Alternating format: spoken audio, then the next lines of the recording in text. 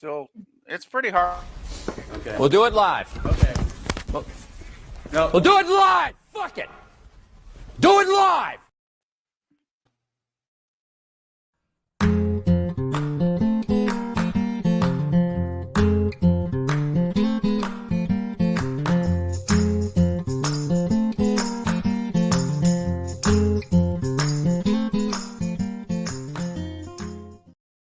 Va salute, this is Troy Pacelli of Last Call, and I'm just here to let you know that the following live stream is rated R for adult language, highly inappropriate jokes, and oh, who the are we kidding? We have no idea what is going to come out of Gorilla's mouth.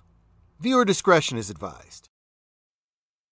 Hello, everyone, and welcome to another Sunday Cinema, where we are watching The Godfather, and it's gonna be a long night tonight, so buckle in. I hope you have your beers ready. I got my bottle of bourbon out in the kitchen chilling, and I'm going to be drinking a bit of it tonight after what happened today. So yeah, let's do it. PvP, this movie is so long that I would advise you to wait until at least a couple of things happen before you even have the first sip, or you won't remember most of it. It's too late.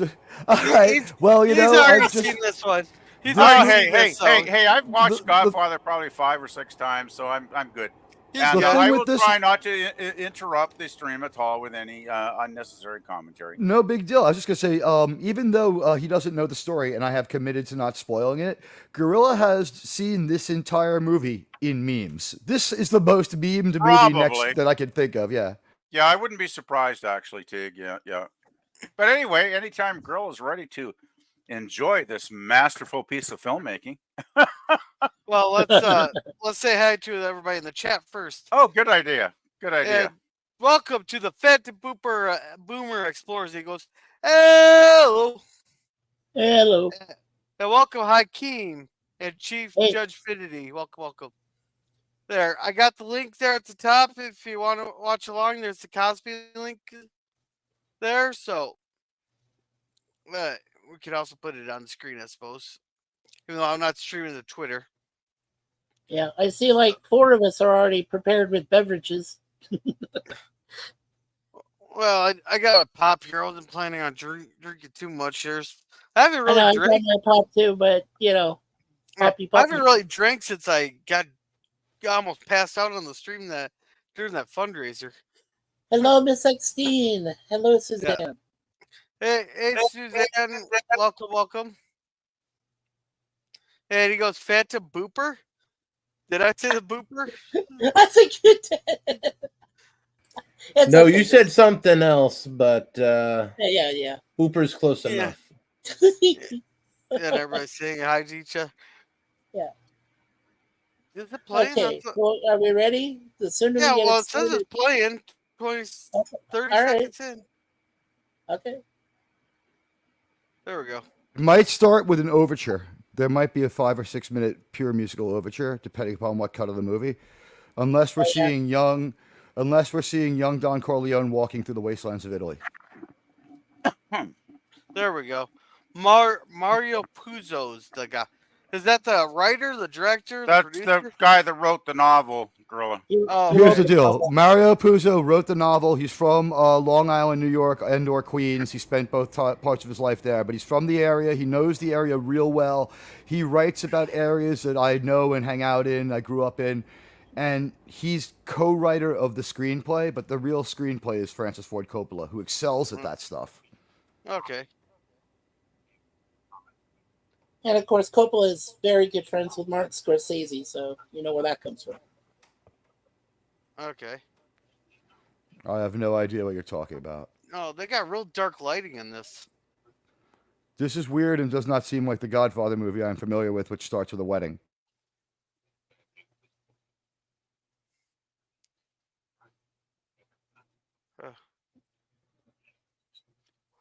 Well, there is some dark scenes in the movie. Definitely. There's a lot of mood lighting, if that makes any sense.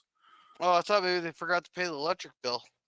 No, what you got to remember is Francis Ford Coppola had to direct this movie at the last minute because the director walked off the set. This guy named George Lucas. I wonder if he ever did anything after he quit this movie.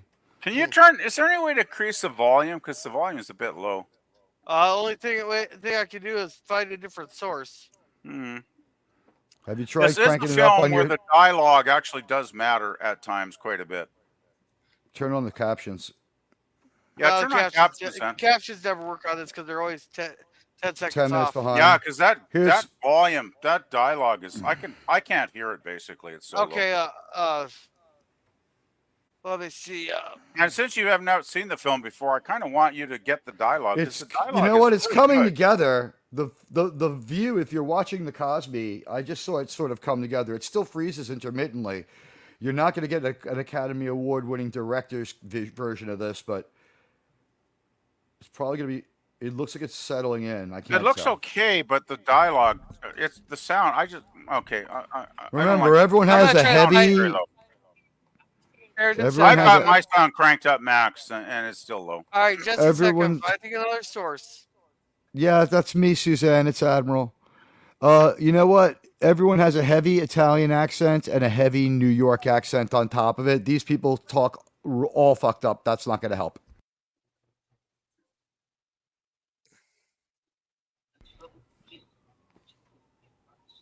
What a masterful characterization of this voice. All right, I got my second things loading here. This is Enzo the baker.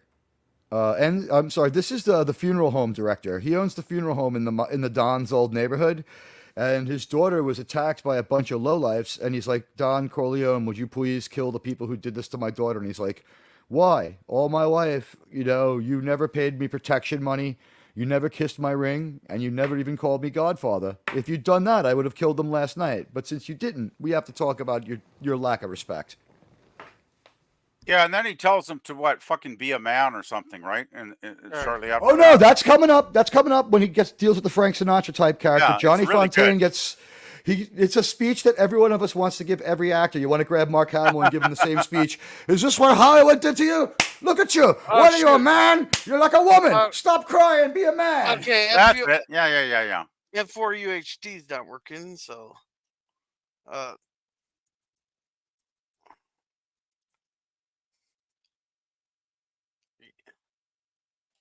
I'm like the Federation here. I got backup upon backup upon backup upon backup. I'll buy the movie if you can't get it. I love this film. Always good to have alternative solutions.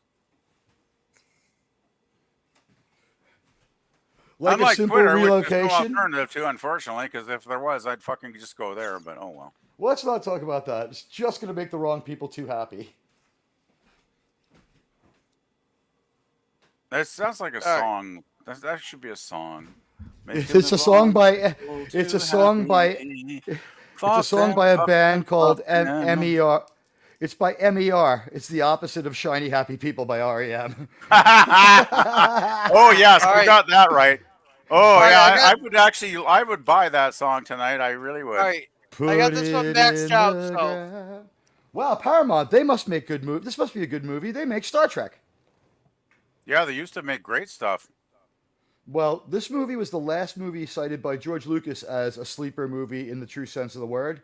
It played in less than 100 theaters for over a year before it caught on. No one would bother to review it. Yeah. And it made all its money after 9 months. Yeah, I can I'm hearing the music. I'm hearing the music. That's a good sign. I can hear the music.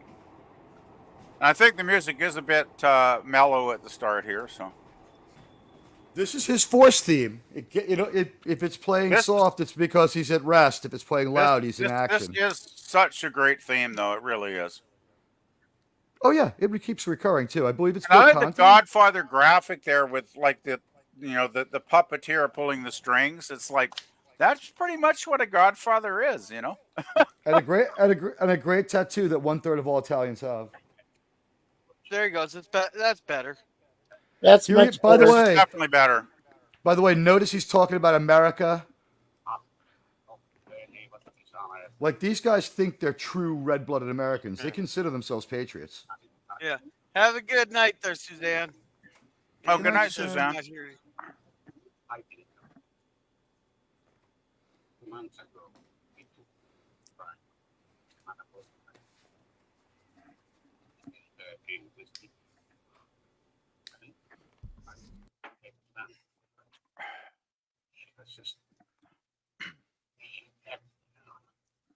Okay. All right, so we got her going.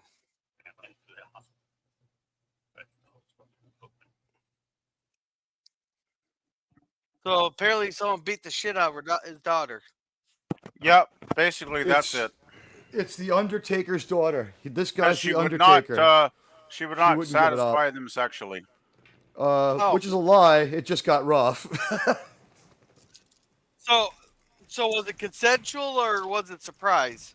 Well, nothing happened. Nothing happened sexual. When she refused to consent, they beat her up really, really bad. Okay. And there's no two ways about it. She's around to say who did it. He doesn't want to go to the police. He wants them killed, and the Godfather's going to tell him his reasonings here. And they give him a drink to calm him down. This happens throughout the movie. Whenever you're totally freaked out, the Godfather just kind of waves his hand, and someone's waiting with like a shot of fucking anisette or something. Watch for it. It's serious. Now you've had your drink, Tom. A good shot is always a good shot. You know, a good shot's a good shot. When Tom tells him what happens to Sonny, same thing. Now you've had your drink. Let's not get there yet. That's a big spoiler. I didn't say what happens. That's not a spoiler. Just saying he has a drink when he tells him about something. Why would they suspend a sentence on an assault charge? Because there's no witnesses and no DNA. Because it's 1945. No, they're found guilty, but they got found guilty, sentenced to 3 years, but he suspended the sentence. Bad evidence, bad outcome. It doesn't matter. Technicality has made this man seek justice from the mafia after he was failed by the traditional police. The thing is, too, there's two guys against one girl, and back in those days, they'd take the word of the two guys over a girl. Totally. Like, don't forget. The Canuck is right. Women back then didn't have much say in anything. I say this just in jest. The Snowbilly's right. But it's true, right? Women didn't have a whole lot. You're more or less correct. They're like, yeah, her face is messed up, but she says she didn't submit. We're pretty sure she should have. You know what? 3 years is just, but we're not going to make you do it. Like this is why Star Trek was groundbreaking in 1969, but not that shocking anymore, because this would never happen. You know, Brown was brilliant. He's talking about his disrespect here. This is very important. Yeah, this is great. Yeah. My wife is godmother to your only child. Wow.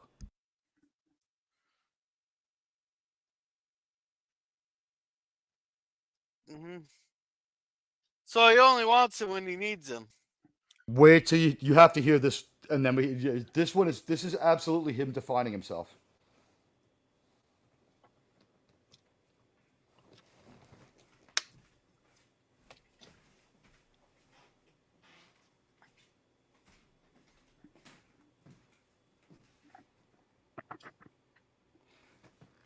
Justice.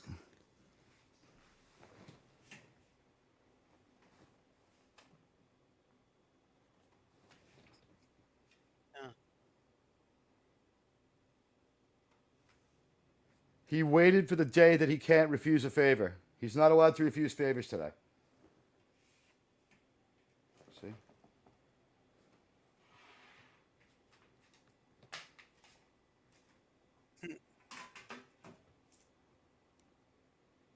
She blew my son Santino last week. I know what kind of girl she is. Yeah,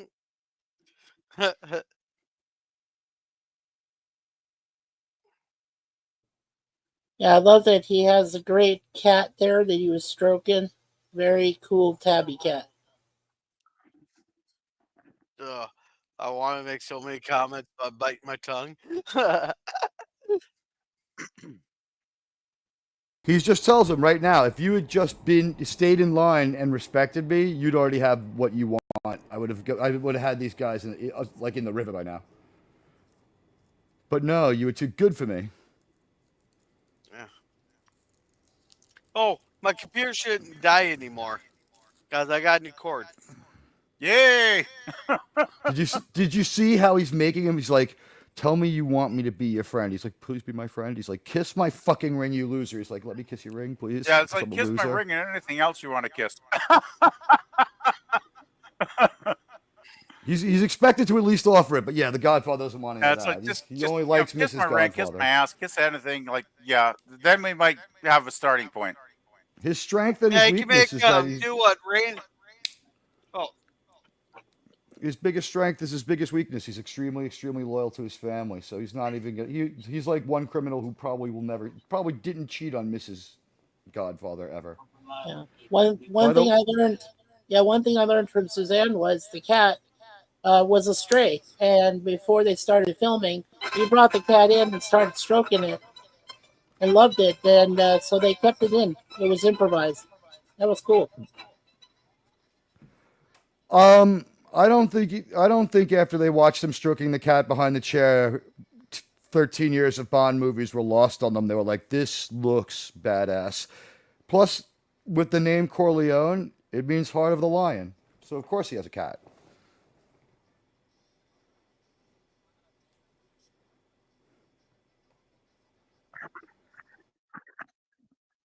yeah. There's a young This James is Bond. some awkward music. I still think it's great music. It's a polka. It's a polka. It's a Right. polka. Is This it band is Sicilian actually, or Italian? Yeah. Yeah. this is their like ancestral music almost or whatever. This You know, this is you know what I Americanized really love Italian about music, this really. film, though, is it's not just a crime movie, which it could have easily been. It's all about family and about relationships and about how people are intertwined in their lives with each other and how that Wait, affects their lives. And I just think it's wait, who's for this? those reasons Who's it's a this brilliant asshole? movie. Who's that asshole writing license plates down?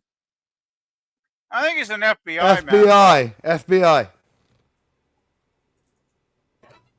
And there's Abe Vigoda, who everybody said for a long time, he's dead. Nope, he's still alive. And And Abe he finally Vigoda died. was He's been famous dead in for Barney 10 Miller years, and bro. another Yeah, I know called that. Fish. Yeah, So relevance. good to see him in the movie though. I actually really love these scenes when it's the whole family and everybody's partying and having a good time, and it's a nice balance against the crime stuff, right?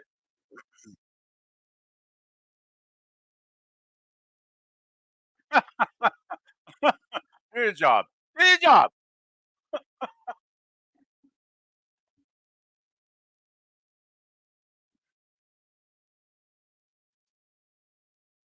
And Jimmy Caan in one of his iconic roles. Oh God, he was good in this movie. I love James Caan. Great actor. Great actor. Yeah, I equally liked his son Scott when they redid Hawaii Five-0. He was awesome in that. I like how his wife was like, "You're not gonna be tomcatting around and cheating on me today, right?" And he's like, "Shut the fuck up." Machismo.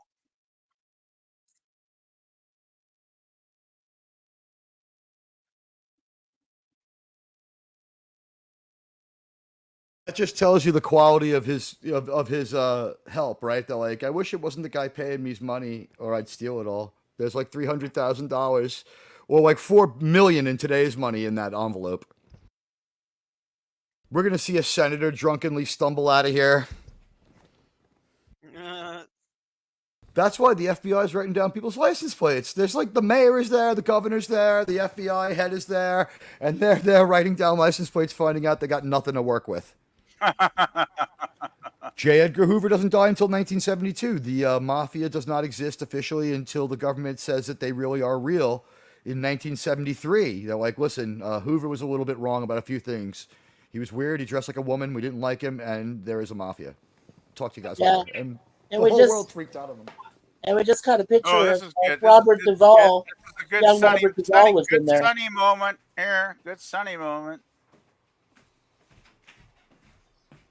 He's like, yeah, he's tomcatting around and cheating on his wife. I like Sonny. Sonny, you know, James Caan played Sonny great because Sonny's definitely a hothead in this movie, and James Caan just nails his character so well. It's like controlled anger, controlled I'm fury, gonna or go out on something a with limb and his say, character.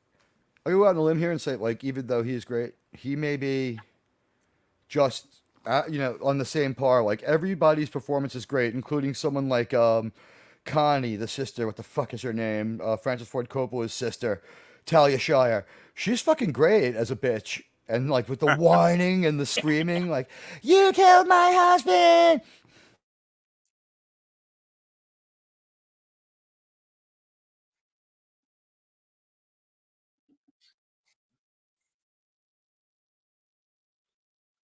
So is this guy like actually off the boat from Italy, or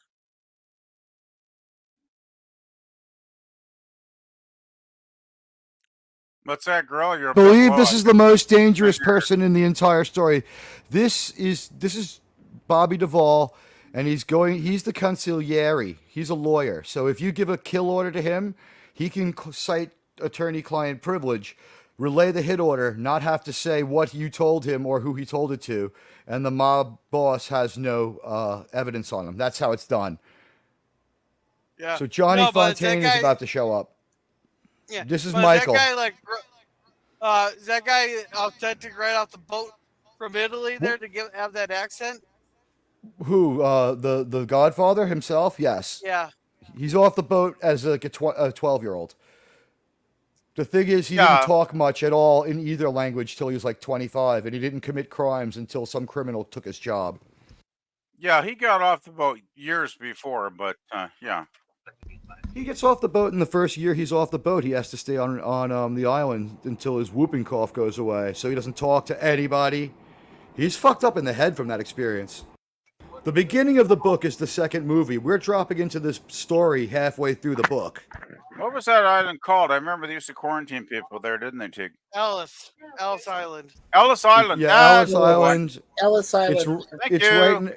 It's right next to Governor's Island, where the Statue of Liberty is, and like millions of other people, my grandparents came through there. Yeah.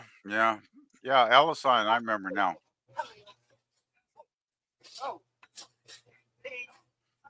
God, there must have been millions If of you immigrants watch- who passed through Ellis Island over the years. Eh?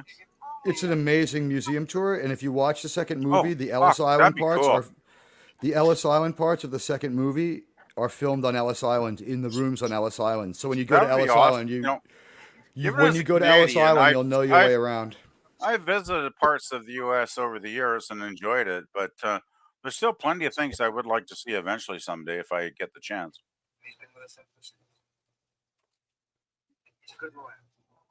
Never been to New York, so that would definitely be on my list if I got to that area. What's that? And that's a young Diane Keaton, isn't it? Is it? Yeah, it is. I need another look. It 150% is Diane Keaton. Oh, yes. Okay. Wow. Okay. So, well, 5 years before she got really famous. Yeah. Well, part of the reason that Talia Shire ended up becoming, Rocky's girlfriend was based on some of the performance she had in Godfather, and they recommended her, and so that's how she got into Rocky. So.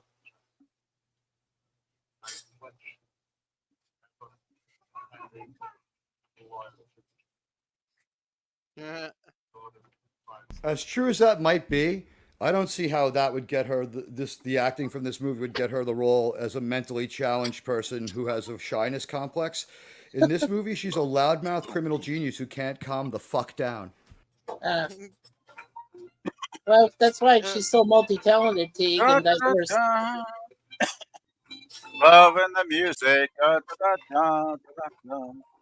I love this music. I do. Oh, the wedding scene it's just fun. It's like, okay, we know it's doom and gloom and crime and awful stuff, but hey, the wedding scene's kind of fun, They copy this wedding scene shot for shot for shot in New Jack City.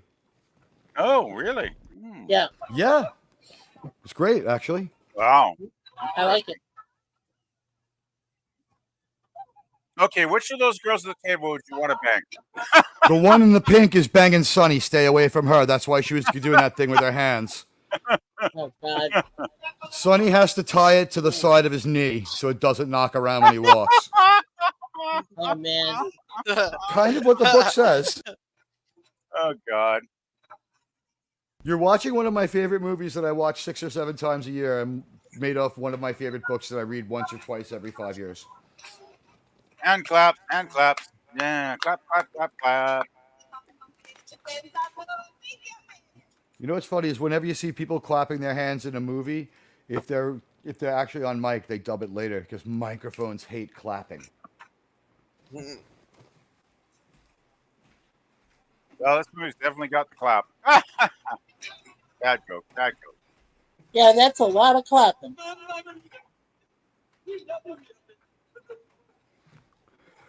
There's a way to do it, but the guy right near the microphones clapping can't be. It would sound too loud. It would the whole scene. I think we realize the only fake microphones here are the real microphones. Oh, Chuck says it's in stop motion.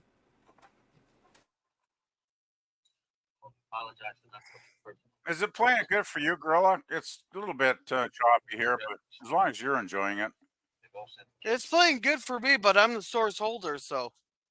No, that's That's okay. great. As long as you haven't seen the movie, so as long as it's playing well for you, that's all that matters. Yeah, that's all that we care about. Because I've seen this movie like half a dozen times, so I'm not too concerned. I safely guess to it. I've seen it at least 20 times, so It is a classic. it is. Well, we own the second one. We own book 2, but we're trying to get. Well, the you first got to and the watch. third one. Yeah, if you watch Godfather, you got to watch Godfather 2 because that's at least just as good, if not better, even. The best way to see it is the CBS TV recut version in order because part 2 is part 1 of the book. So they cut it back into chronological order. Yeah.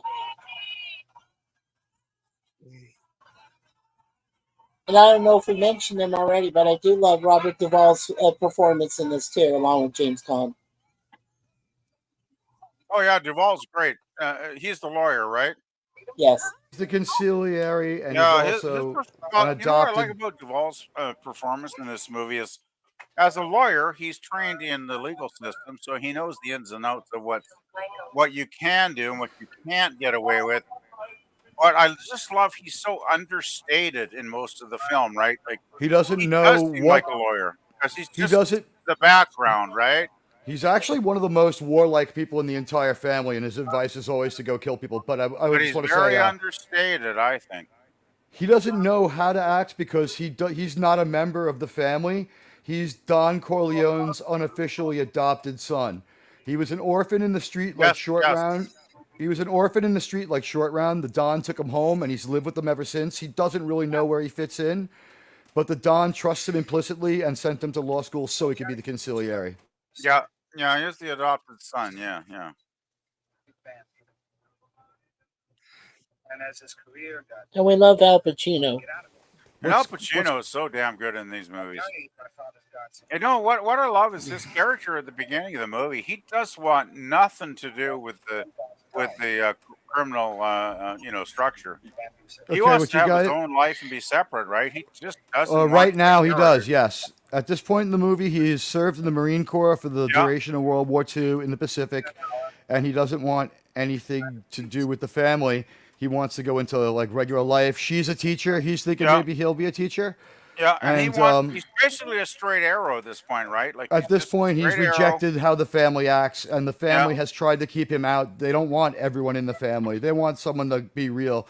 They're hoping he'll be Governor Corleone and never do a mob thing in his life. That wouldn't be a bad idea, actually. Yeah.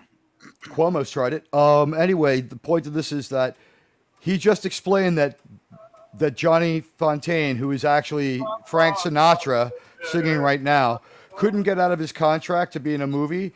So they offered the guy who held the contract $10,000 to let him out of it, and he said no. So then the Godfather and his guys showed up and put the $1,000 on the table and said, if you sign this, we won't have to blow your brains out. And he signed it and took 1/10 of the money to let him go. So he's keeping Johnny Fontaine in. He's getting Johnny Fontaine movie roles like the real mafia got Frank Sinatra movie roles. Yeah, that's a whole other story, isn't it? Jesus. That's actually one of the three Oh, or four Frankie stories and of the this mob. movie. Yeah. There are three main stories of this movie. Johnny Fontaine being a liability to the family, that they love him and they keep trying to help him out, is one of the recurring problems. But he is Frank Sinatra. Look how good he is for your family's image. Hey, PvP, wasn't Keaton in Goodbye Girl after this with Woody Allen? That's a question for IMDb. Ah, that's true. I just gotta ask, guys. Do you think this movie might have been the last major central role that Brando played in his lifetime? No, unfortunately, there's a bunch of others, and a lot of them suck. Apocalypse Now, though, which is great, is still 6 years to 7 years away, so he's got some powerful shit left to unleash on us. Yeah, I guess, but I don't know if I see him as a central role in Apocalypse, because it's more about other characters, because he doesn't give really you come that into one. the film until the end of it. Well, you know what? It's a weird term to say central character, because without his character, there's no movie. He's the central character of the whole narrative, but he's not. I get it. He's not the focus, like you said. Like, although he is most of the last 1/3 of the movie, Well, he might is have the more reason lines. that they go upriver, right? Because they have the mission. All right. Hey guys, just a sec. Welcome, Scurvy. He goes, "Hi, hey Sanos. Hey, Lemon. Hey, Oh, Curtis, Sanos. how's it going? How's it going, Yes, Curtis?" He see Sonny's cheating. At the top of the Sonny's chat, there, getting Curtis. some. I got the link for the movie we're watching at the top of the chat. Just guys, this is a referendum on Oh, Sonny's okay. intelligence. He's cheating on his wife, which is something that's going to cause him problems. And he figured the best place to do it would be in the bathroom at a party where everyone's drinking, because no one will find out. Think of how dumb that is. Sonny's not the Eh, biggest brain in the world. He's Hey, actually it is pretty your dumb best, and though. pretty violent, but he's fun. He's primal as Hey. fuck, though. That sums Hey. him up nicely, actually. Hey, in his defense, though, when the urge hits and you got the opportunity, you're just gonna do it wherever. Watch, here it is! Here it is! Is this what Hollywood done to you?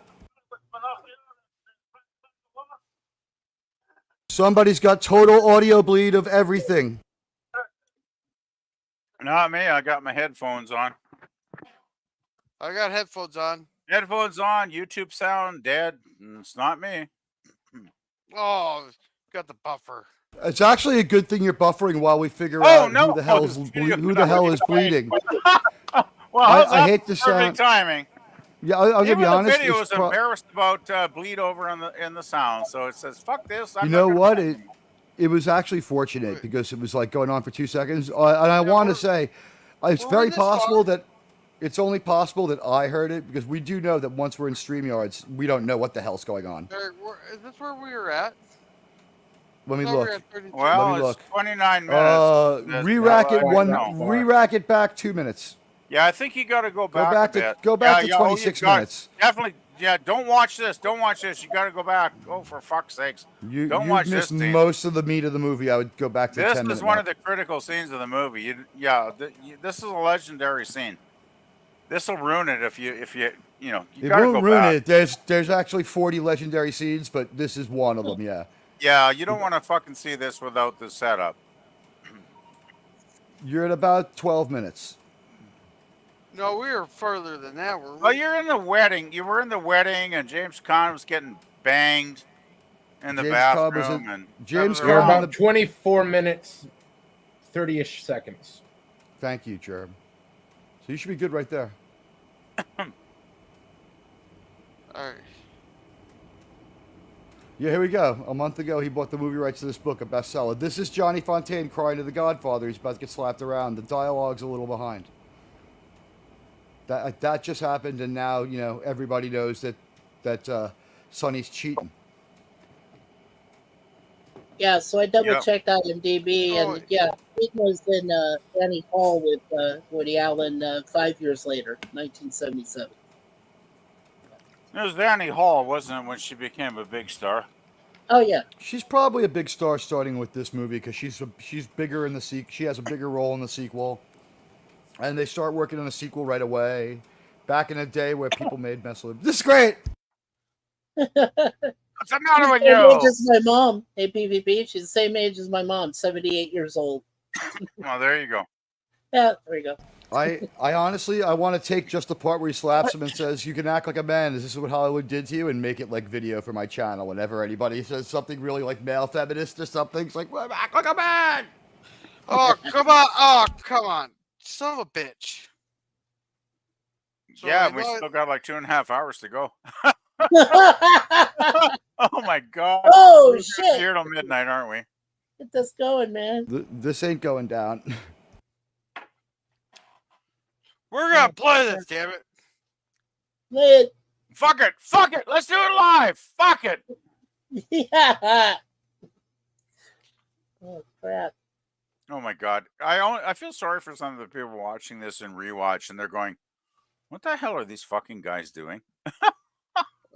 You must think we're lunatics or something. I don't know.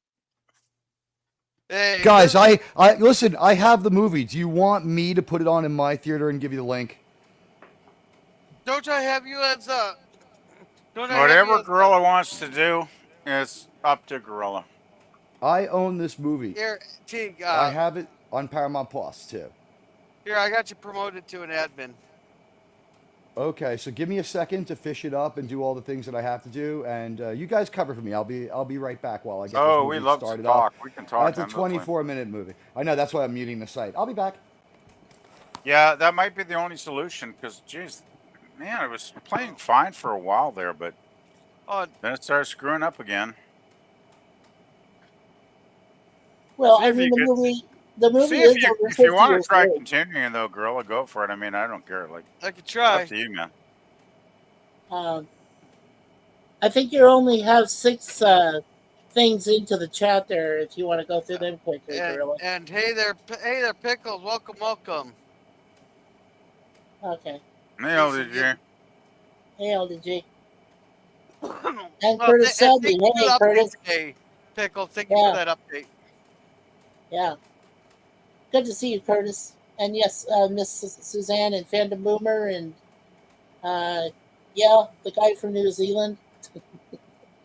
No, fuck that guy. Fuck him. Yeah, Fuck him. yeah, exactly. I was being sweet. I was trying to be nice. And hello, Akeem. Good to see you. So I think I covered everybody. Oh, we lost. Oh,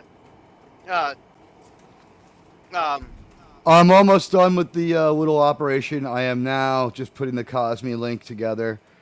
Oh, I got you at the admin in my room. If you just want to share it to my room. What do you mean? As in, just give you the give you the link to my All Cosme? you have to do is share it, like you do in yours. I have it on Paramount Plus. Okay. It'll work just think- like your Cosme room for his room now. If I give him the superscript for that, or do you mean I should present it? I don't know what Yeah, you just want me present to. it. You can present it now yeah. like it's your own. I don't think you want me presenting it because wouldn't that then? All right, well, I'll do it. I can do it if you need to. I don't care. I could do it, but I don't know what your end would be because then it would be showing here. Or here we go. Here's the movie. This is the Paramount Plus remastered version. Because it's been chaotic, I have it at 21 minutes. And let me see if I can get this to a decent, So it's like, never roundable time. Never mind. I'm going to stop this at the 21-minute mark. All right, so guys, if you're trying to resync, it's at the 21-minute mark after Johnny Fontaine sings. We saw a couple of these things happen already, but we can have them happen again. I don't know. If you want me to watch it in my Let's Cosme see and here. give you the link, here. is that what you... Right No, there, right there. Sure, I got it. You guys got this covered? Yep. Yeah, I got it So I can covered. turn off my Cosme. Yeah. And Yeah. I can close some of these fucking tabs. Hopefully you didn't have to buy it, Germ. No, I I'm own this using movie. The I own other both stuff. of these movies, and I'll be happy to share them with you. Yeah. I love this starting movie. off at 24:36. No, Okay. you were able to jockey it? Yeah, because he's I an got it admin, off too. of one of the things that isn't working for Gorilla. Oh, okay. Then I'm going to turn this the fuck off. Here we go.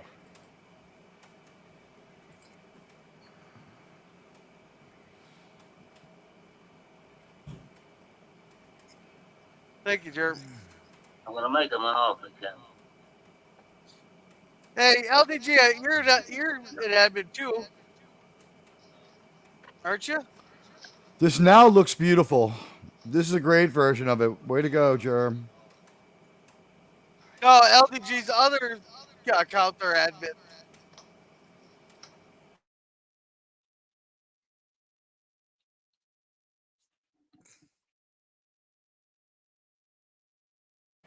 All right. I don't know how I was supposed to know he may be administrator on Cosby, but I get it now. Have a good night there, Boomer. We'll promote you out. At the And a chain reaction with Keanu, Morgan Freeman, and Rachel Weisz, I think.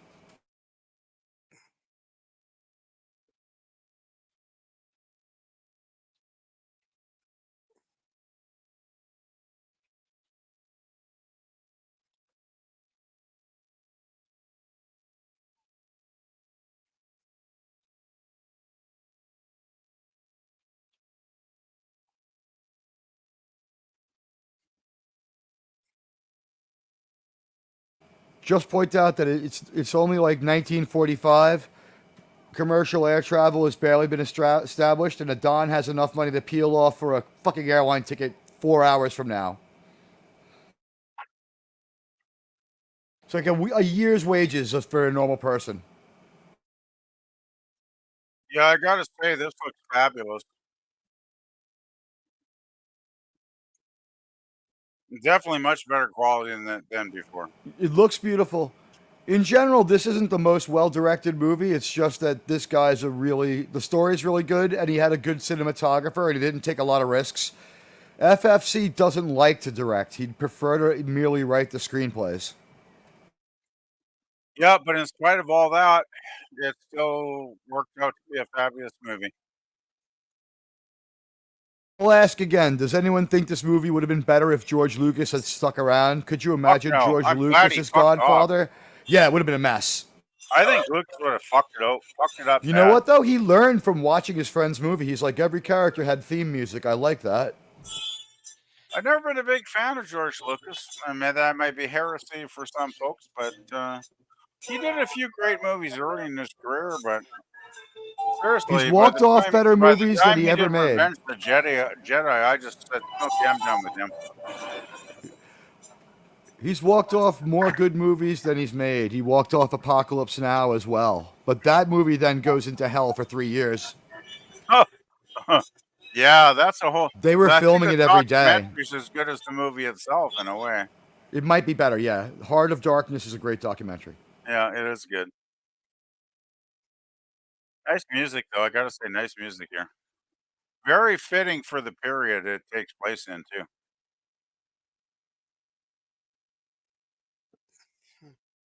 Oh, hey, baby, give me a kiss. It's supposed to be she's Louis like B. 16, It's Louis B. It's worse than that. It's so much worse than that. This is Louis B. Mayer, though. This is supposed to be Louis B. Mayer, the filmmaker, Metro Goldwyn Mayer. I bet there were some people that really didn't like this film when it came out. Nobody noticed it for a whole year. Crazy, isn't it? George Lucas Talk about says, flying under the fucking radar, man. in his book, George Lucas points to this as the last movie to ever make it on its own merits and says the system has changed, takes the blame for it, and says that Star Wars ruined it. See that? He's like, I know that he just... Here we go.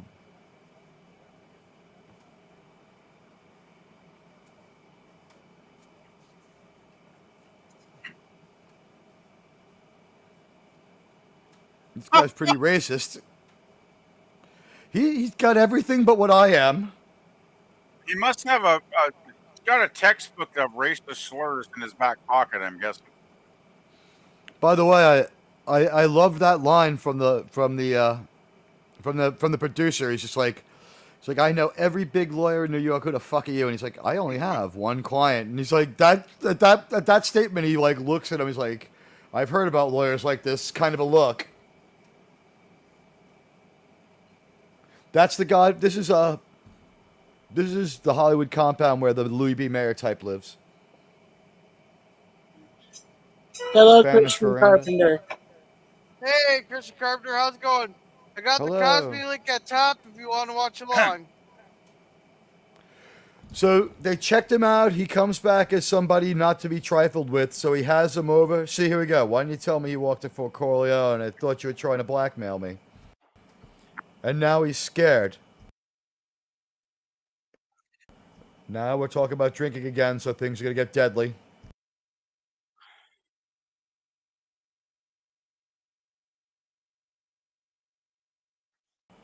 That's a lot of money in that point. Especially in those days. That's over $1 million for sure. I think it's something like 8 or 9 million because it's still 1946. And the horse is going, well, that sounds good to me, buddy, but The horse is like, wait, I don't have to work. Mafia family. The horse is like, wait, I don't have to. My job is going to be to get laid. I'm liking this guy. I love my owner. Yeah. Hey, anybody wants to put me up with that, I am available. I just gotta say, I am available. Now, I just want to mention the African American trainer was in Mod Squad too. So you've seen him in a few episodes. Do you see what he's doing? Here's what we're doing here. We're having a Bond villain dinner where we're talking about a thing for a thing, and now he's saying why he hates Johnny Fontaine. Here we go.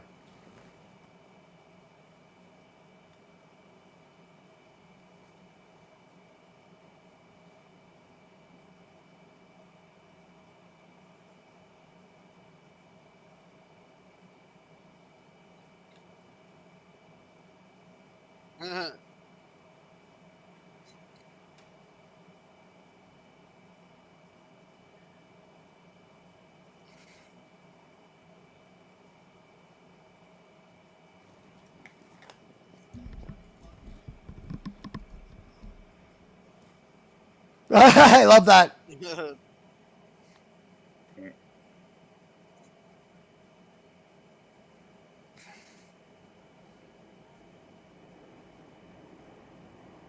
He's being absolutely truthful here.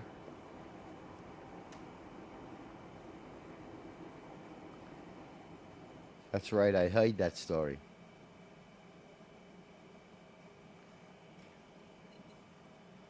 Tom has just got no emotions, but did you notice that once the movie producer got mad at the last sentence he said, his New York accent slips out? He's from back east and he's a lowlife and he knows all about this shit. Well, he's in total lawyer mode, that's for sure. No, I mean the producer. The last word he goes is, "I heard that story." All of a sudden, his New York accent comes out. He's a phony, trying to pretend that he's a cultured California type, but he's a lowlife from New York, like everyone else. Well, he did make a big mistake with that speech. He should not have refused the Godfather's things. He should have just let him out of the contract and let him make another movie. Yeah, exactly. When you're dealing with the Godfather, it's probably better to check your ego at the door. He's been out of New York too long to understand how bad it is, and he almost lost his entire business over looking like a fucking idiot over what Johnny Fontaine did to him. Anyway, I'm sure Gorilla's going to really enjoy this scene coming up here. The music is great. You with us, Gorilla? Yeah, I'm still here. Oh, you'll like this one.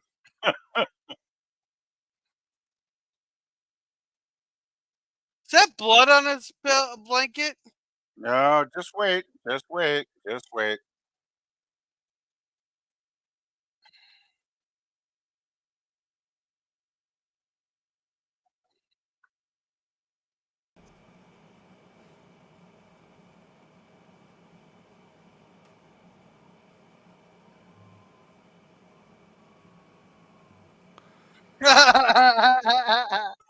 It's Brian's horse head. Oh yeah, I remember that. That poor thoroughbred. Damn it. Yeah, damn you Italians.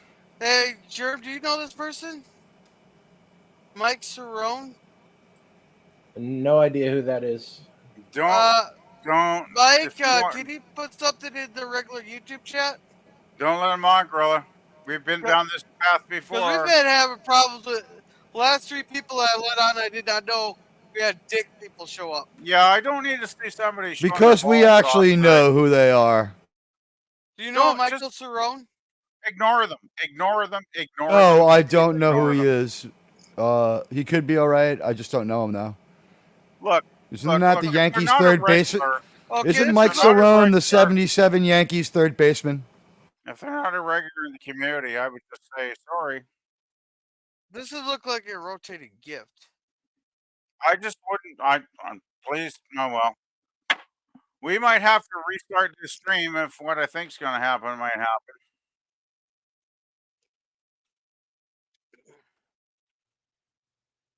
I'll tell you though, it's great to see three Oscar winners in the same living room, in Brando and Duvall and Caan. Maybe one of the five Yeah, families that definitely we all. awesome. Now, with the money they earn,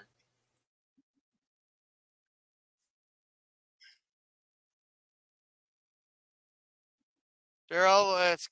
Yeah, I'll ask LDG.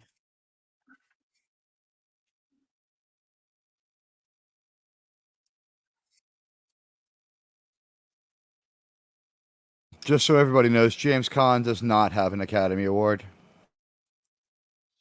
Yeah, he never did get an Academy Award, did he? Nominated for Sorry, this. my mistake. He should have got one. He should have definitely got an Academy Award.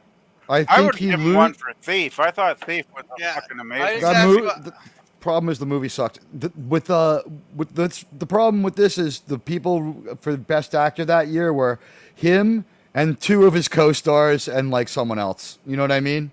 Yeah. Because this movie arguably has no main character.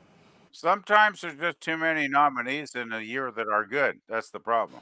No, I'm saying like this movie made it impossible for anyone but someone from this movie to win. But all three of the people in this movie would have won in another year against anyone else. It's only because they were against each other in the same movie. Like Duvall and Pacino are also nominated. I think Pacino's the winner. Yeah, I just checked in LDG and asked him if he knows this person. They're not even in the Cosby. Watching along I still with think them. James Well, Caan we should wouldn't have know got what an they were. award for Thief because I thought he was absolutely fucking brilliant in that movie. I think what was going on with Thief is it was too gross, too R-rated, too failed financially for the Academy to want to give it an award. Wow. Because what you do is, if you notice, the movie that wins usually is still in theaters. It doesn't have to do with anything else. It's always a late release. And the Academy is gutless wonders too that are fucking half brain dead. Because don't get me going about the fucking Academy.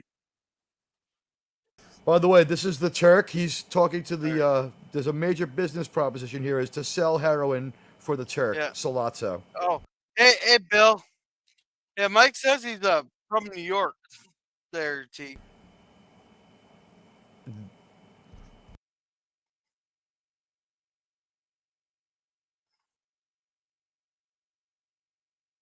Jerm, what do you think? 8.8 million people live in New York. Could he be a little more specific? Gorilla, but I have sent you a message in Twitter.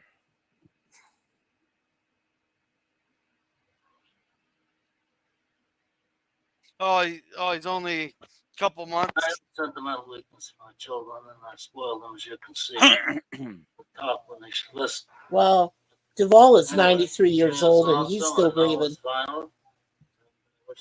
Someone once again has complete and total 100% bleed of all audio.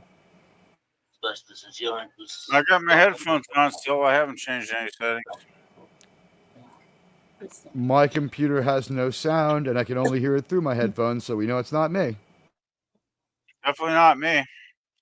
I got the same setup I'm using for like over a year now. Yeah. Seems to have gone away. Oh, I can't tell. Bill, I got the link at the top of the chat. I'm gonna put it in again.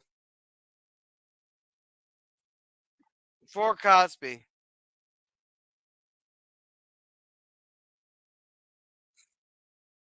Bill, are you talking about it's Mikey on the panel, or talking about the Mike that just showed up in the?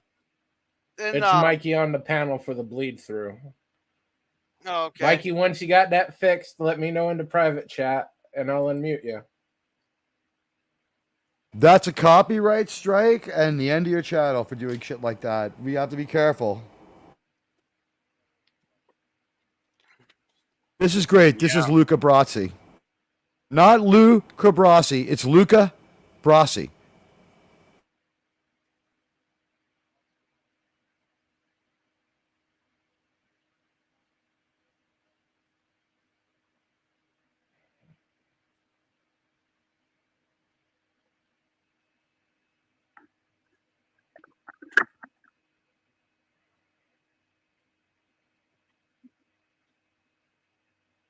That was also kind of, I think, to show us how much he trusts Luca.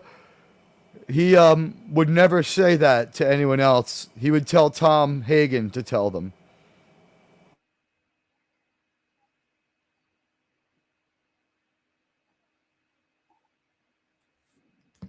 I don't.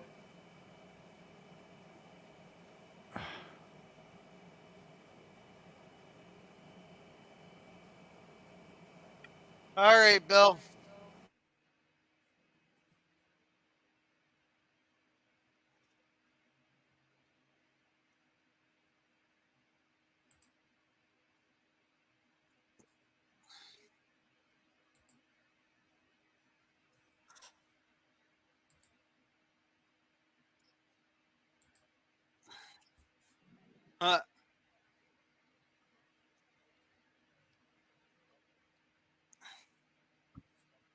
I wish Just I for wish I future could afford reference, to have some we're driving. sorry, Mike. We couldn't let you up. We have to verify who you are first, either through one of our Twitter groups or through the underground. Yeah, LDG hasn't gotten back to me either way, so. Because I'm not having our dick come up on my pop up on my screen there. It's a pain in the ass to edit it out. What popped up on your screen? We don't. Let's not give it. The problem is, if we talk about it, we accidentally give a class in how to punk people. Yeah, let's just keep out people we don't know. That's always the best thing. Or, If yeah, you're a if Best privileged thing was community member, then you're Yeah. already best- here probably anyway. the best LDG thing knows was- a shit ton of people, so if LDG can vouch for him, I'll let him on. Look, we got the most common name in the world. You're from a city with 9 million residents, and you're from a geographical region with 20 million American immigrants over the course of 100 years. Yeah. Oh, we lost him. There you go. Sorry, Mike. Yeah, Outlaw Bill and I have had that. We've been having this talk for a long time. It's an extremely cavalier thing to do to someone else's channel to take that level of risk and then just say that it's been a technical conversation we've had a million times. Yeah, It's selfish not to do it.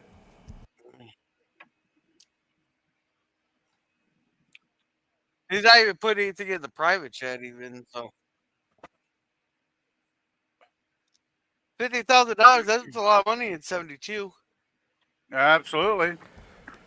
It's not 72. It's 1945. But yeah, this is like even earlier. Like, well, not many guys were wearing hats in '72. If you've noticed, Gorilla. No And they're hats. mostly wearing hats. That goes on until like you're a little Into bit the later. Into No, the they wear 60s. the thing is the people who wore them didn't stop wearing them until they like die off or stop wearing them like Yeah, 15 but I'm years saying later. They're around mainly- until oh, about here we go. 1980. There we go. You know what? The cop in Finally, we're getting to the violent killings. the cop in Superman 78 has one of those hats. That would not be a good way to die. It's a piano wire. They're choking him out with a piano wire, and his bowels are. Pipe too. Well, his bowels have already emptied on the floor, according to the book. He's slipping on that. By the way, I know what that. By the way, that's a real bar. I know where it is. But hey, Gorilla, if you were waiting for some violent murder, we're getting there now. Watch it now. This is how you do Take a little business with the mob. Take a little while. They got to set it up, but we get there eventually.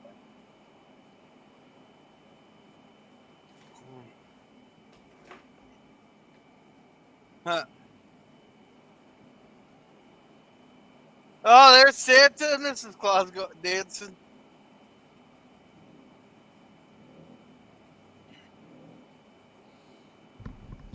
This movie's long, but things happen very quickly, and they're going to happen very quickly right here. Yeah, it's long, but it's packed with one good scene after another good scene, so that makes a difference. Like I said, when things happen, they really happen. That's the thing with movies today. If they're long, they pad it out with too much garbage, right? Whereas great movies like this in the '70s, they didn't pad nothing because every scene was gold.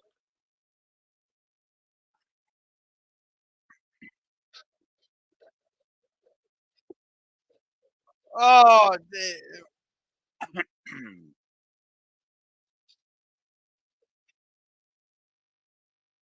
now who would have the balls to gun down the Don?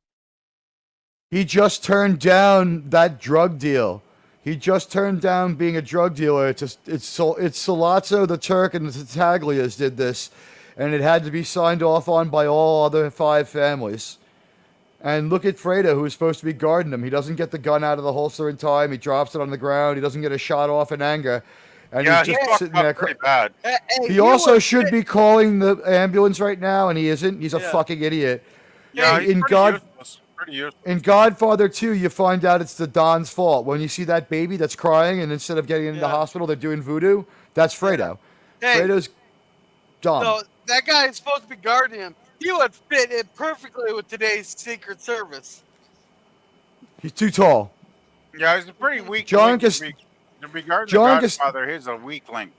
He's the Godfather's oldest son. He should be the head of the family. But he's he's only a fucked useless up. hit.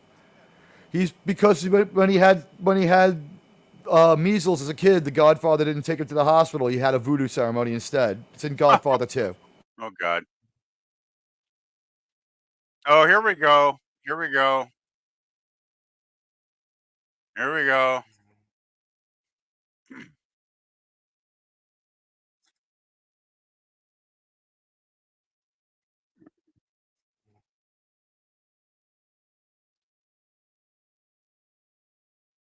So much for his plans outside of the family.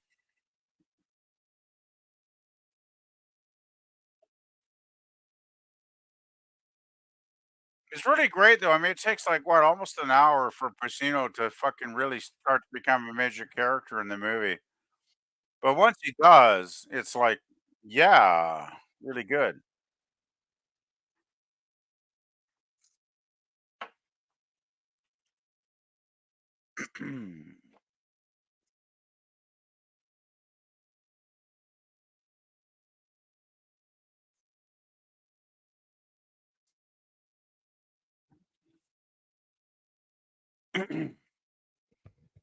Huh. Hmm. Oh, bad guilty gallery right there.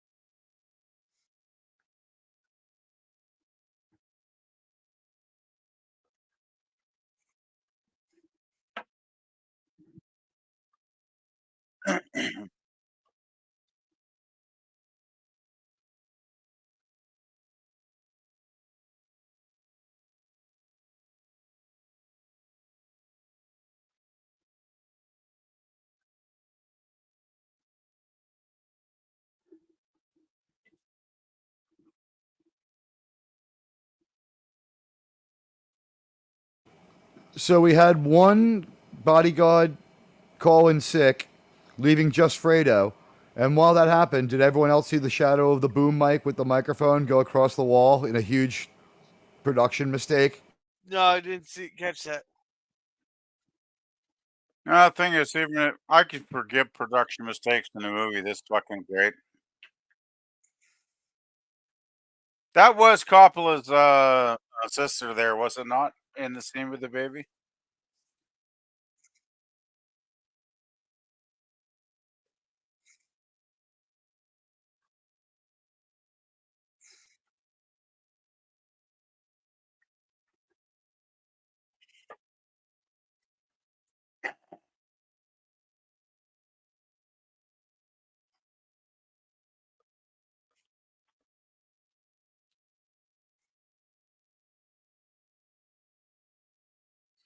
Notice how Tom is. It's also his father, but no one else really realizes that. So, but he's not reacting still. And once again, when bad things happen, it's like have a drink, and now let's talk about it. He's definitely a lawyer. I feel like the Don felt that too. Like he was so quiet, so introverted, and so out of place that he would make a perfect consigliere. Like he probably couldn't litigate a case for shit, but he's a great mob lawyer. Yeah, he's a very measured man. He's going to think out anything before he actually does something. And He also doesn't know whether to believe those things they're telling him. Oh, he probably assumes it's bullshit. Yeah. I'm guessing. And Mikey says I'm borrowing my wife's PC until I get mine. If anybody cares, we do care, Mikey. We care, Yeah, but and he'll get headphones when he can. well, maybe that should be before you go on people's streams. Well, You know, it's I got to get a new set of headphones too, because the one I'm using tonight I got taped together with fucking packing tape. Well, They start at $9 though. They're shitty ones. It's not too. that difficult. It's not like building the pyramids. Really, it really isn't. No. No, it's No, like but come on. if the shipping wasn't so expensive, I'd send him the pair here. The best thing no to do is criticism. get two comfortable pairs of cheap ones and wear one while the other charges, and then one day one of them's gonna break because they're cheap, and then you buy another one while you wear out the backups. AirPods also work. Yeah, I hate AirPods, and they're way too expensive. Anything that would fit the description of in-ear Bluetooth device works too, is what I mean to say. Yeah, AirPods are about $150 too much. I see them flying at eye level across the subway every time it makes a wild turn or hits a crazy stop and they fly out of someone's ears. I only ever wear the ones that loop around the back of your ears. I want them held on. Like, you need sport earphones like you would wear jogging for New York City subway, or they're going to go flying. People are dumb.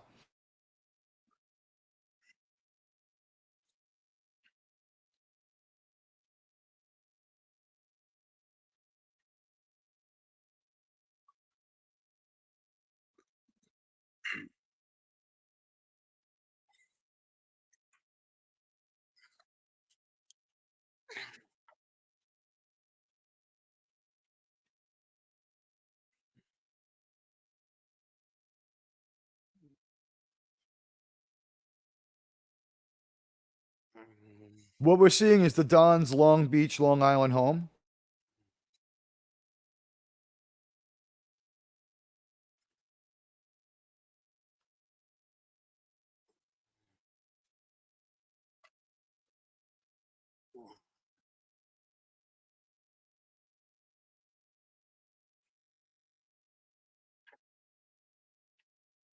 Wait, he survived after 5 fucking shots?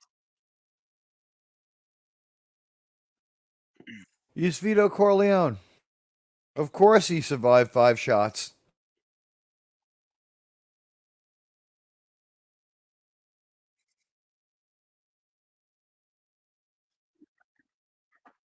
They're worrying where Luca Brasi is. He's their number one enforcer.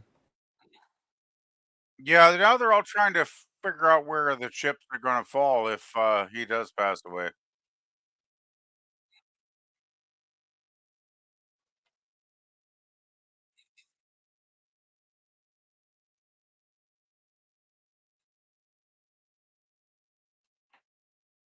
I again hear the movie from a few seconds ago. Is it just echoing around in StreamYard or something? I don't know. I got my headphones on tight, and I always mute YouTube every time I go on a stream, so it's not coming from weird, my right? end, Tig. I don't know where it's coming from now. No, it was there for it was like a few seconds behind us. I It was don't a get it. distant I echo don't get of it. what had played. StreamYards can do strange things, right? I know sometimes it'll boot me for no reason every once in a while. This Which I isn't just go something back and I just go back in. It's like, It's not something I Yeah. bring up with any joy or to blame anyone, but if you hear it happening or there's a chance it's going on, we owe it to our friends to mention it. It could just be in my head outside of StreamYards.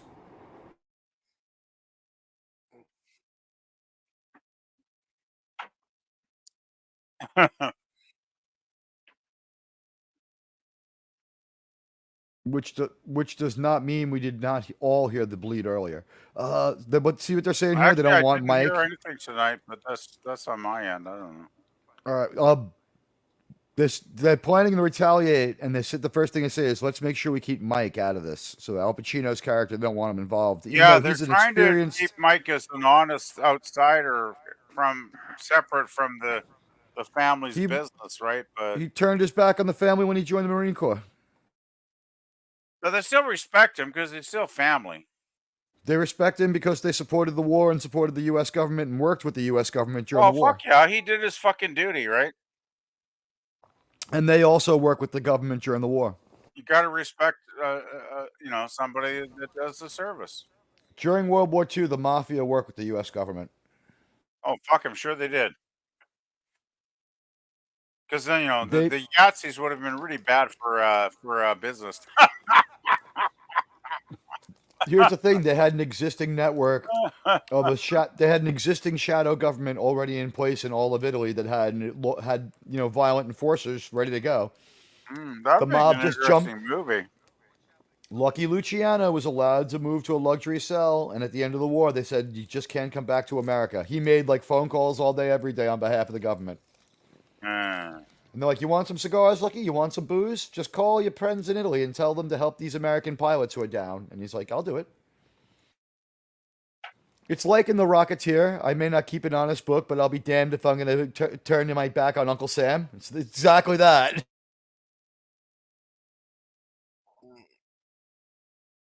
Okay, is somebody gonna get killed here? I'm getting the feeling. I got that Spidey sense. Spidey sense. Spidey sense. Oh yeah, this looks like the perfect place for a killing. I would point out this could be a picture or a painting, and we should see that we all can tell exactly where it is from seeing the Statue of Liberty. This is Long Beach I on see a Long lot of Island. Hitchcock's North by Northwest crop duster sequence. It's Long Beach, Long Island, or it's Reese Park, one or the other. Oh, that's gotta hurt. There's a great line coming up. I don't want to ruin it.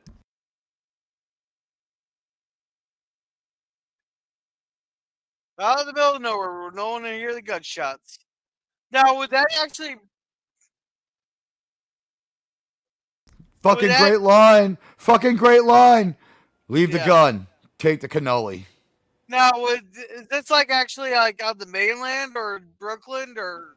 It's on the it's on like the shore on the shore of the river, and the New York Harbor, and he's able to see, you can see the Statue of Liberty from there. I believe it's the place is called Reese Park, or it could be Long Beach, Long Island. Both have about the same view. And would they have like a bridge to the mainland? If it is an island. It's not there yet. The Verrazano Bridge is on its way, but this is 1945, 46. Yeah, they had the car though. I guess a ferry. Here, watch this.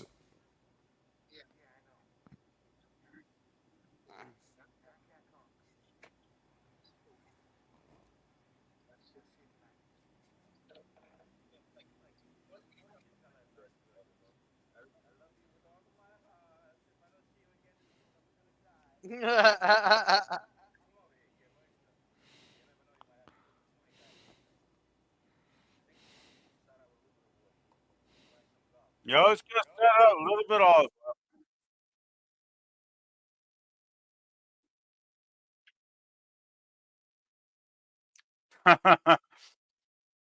You gotta shove it in your sausage. Okay, that okay. I'll go with that. Well, he's cooking for 30 guys. It's kind of fun, this scene. Pours in like a half a bottle of fucking wine. Oh, it wasn't that much. It's just a splash.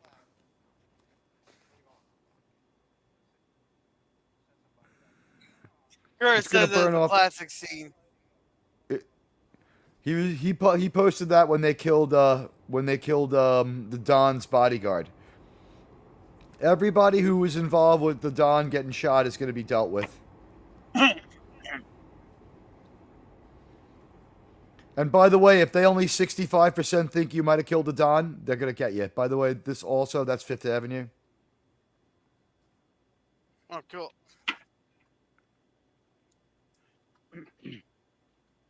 Yeah, this relationship is just about over.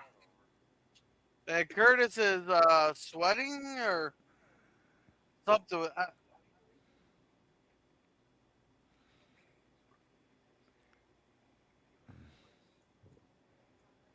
There's actually the thing is, PvP, this relationship's going to thrive for a while longer in spite of all this.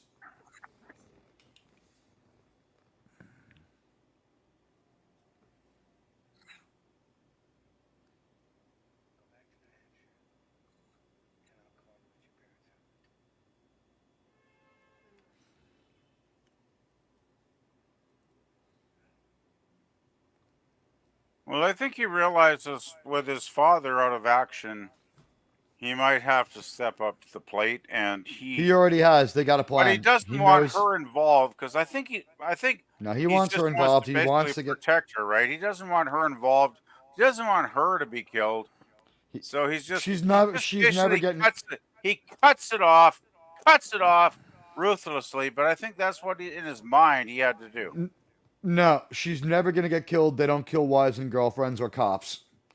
But what he's about to do, because of what happened to his father, is going to break all mob codes, and he's going to have to deal with the fact that he's going to be an outlaw and a mob outlaw, because he's about to break the Cosa Nostra code in a big fucking way in public.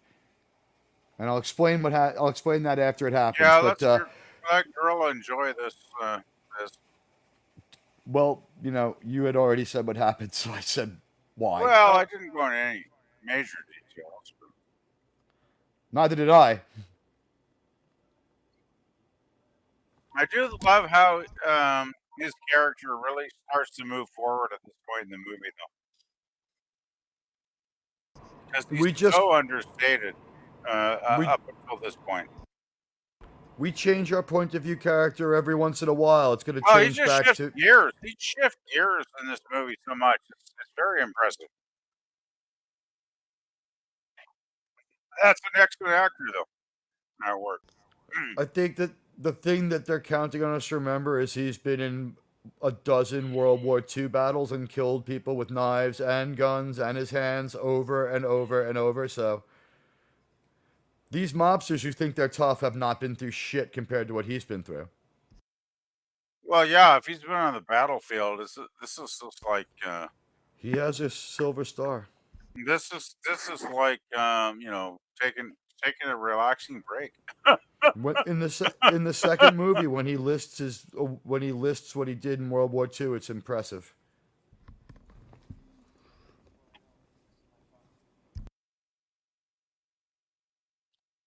Yeah, what happened to the guards? The Tattaglias are using their influence. They got the police are obviously on the take. They obviously got rid of the Tattaglias. They want him dead. So he's like, okay, I know exactly what's happening.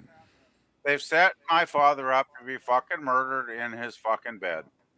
Well, this is the second attempt, right? They fucked up earlier today. Yeah, this is the second attempt, but this is the attempt they think they're going to succeed at, don't they? They thought the first one would work, but yeah, I guess. That's why Michael. I think this is the point where Michael. There's a fucking switch that flips in Michael's brain at this point, and he's like, "They ain't gonna fuck my dad like this. They ain't gonna fuck my dad over. If I have to fucking flip the switch, I'm gonna become the head of the family if I have to." He has no desire to be the head of the family. He knows he's the only one smart enough to. One, he has to save his father. First of all, right now he has to save his father. Yeah, and Mikey says Diane Keaton does a complete 360 through the entire trilogy. Vibrant and lively at first, but then a total bitch at the end of it all. Well, I've never seen Godfather 3 because I Uh, have always heard it's she a piece of shit, but it's not a total piece of shit. It's not good, but I don't know. She's never wrong at any point Yeah. during the movie. That's the problem. During all three movies, like, what's the thing that she does wrong? First, she's blindly in love. Then she tries to look the other way. At that point, maybe she's wrong for a while. Then she splits with the kid. Then she splits because it's too fucked up. hey, girl, you enjoying the suspense of this? Oh, they're stretching it out. You're You're just very lucky low. it's I can not. hardly hear you, buddy. You're lucky it's not Zack Snyder. But yeah, I really do love this film. Like, it is a slow burn for sure, but it's a fucking good movie. We saw this guy at the wedding. He was leaving when the Undertaker came in.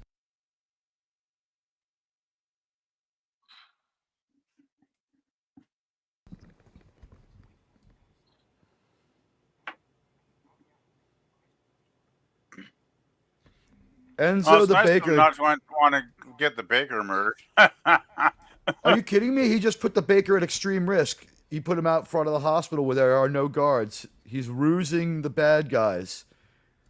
Okay, I haven't seen this in a while. He has to make it look like there's someone there watching the Don so that he can at least slow down the attempt to hit him.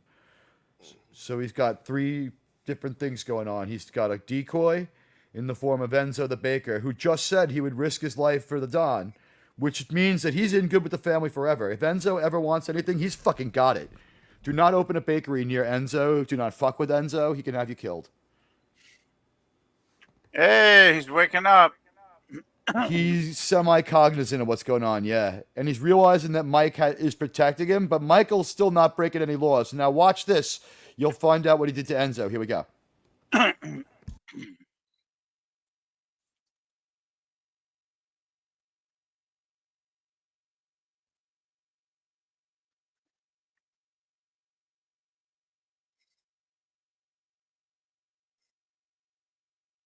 Mhm.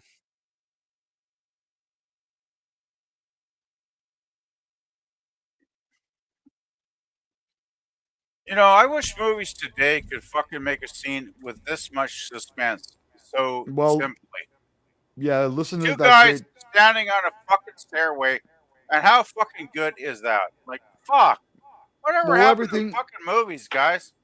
This is George Lucas's only influence on this movie, in my opinion. He's like, the car engine needs to be commanding and loud. But We it's need the just so music to be just goddamn right. simple, and it's so goddamn good. But look at the things that make it great. The engine sound and the perfect music. And it's just the two of them standing up and looking menacing, and the Well, they guys could in have... the car chickening out and being Yeah. gutless wonders and fucking driving away. Yeah. No, that's not what it was. They thought that their attempt to get rid of all the guards had failed, and they were afraid that there were a lot more mobsters and non-corrupt police inside. So they leave. They call the corrupt cops. Here come the corrupt cops. These cops are owned by the Tattaglias.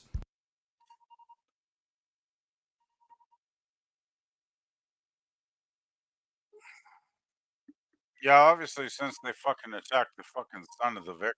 This guy signed off on the hit.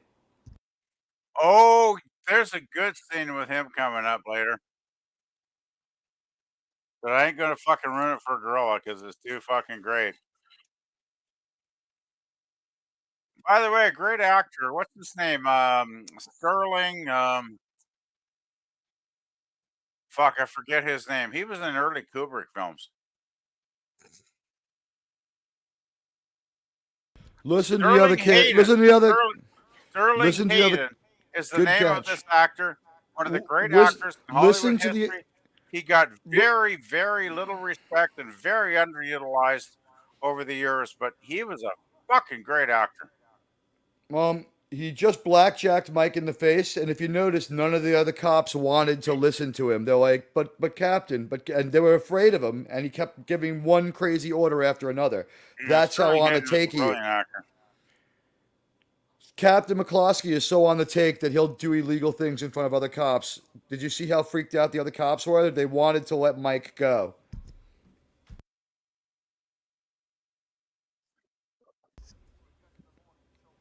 They held off the attempt to go kill him long enough for the other mobsters to get there with Tom Hagen, who shows he knows how to write a legal brief. To a Corleone family-owned judge. The Corleones own the judges. The Tattaglias own the police.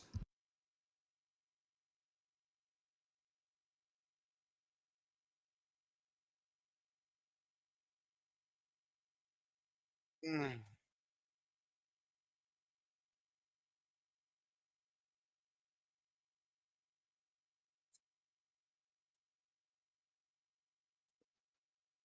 Yeah.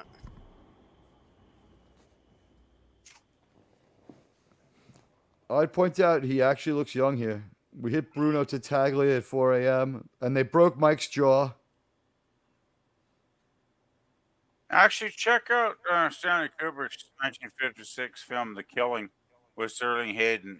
He's the absolute master in that movie. I gotta be honest with you, PvP. He was one of the great actors in Hollywood that never fucking got recognized and got treated like shit. It sounds to me like he got recognized. He starred in several Kubrick films, and he's got a huge role in one of the biggest movies of the biggest movie of 1972. No, but the thing he's is, doing all right. he never got the regular work that he should have. Is what I'm saying.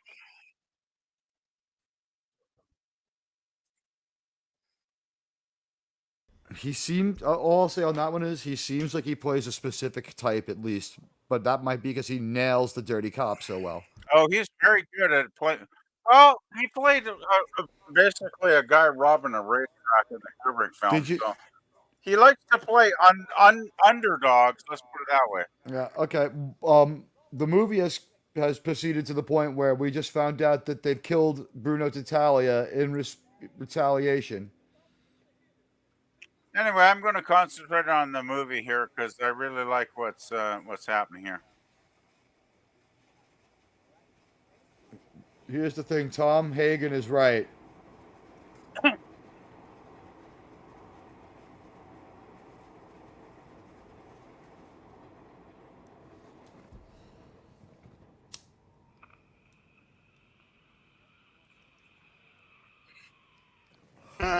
Sollozzo is the heroin dealer. The Turk and Sollozzo are one and the same. See?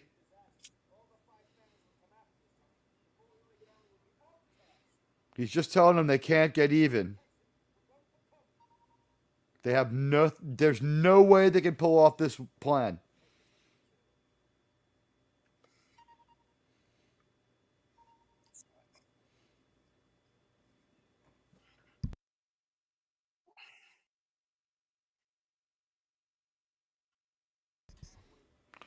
Now Mike takes charge.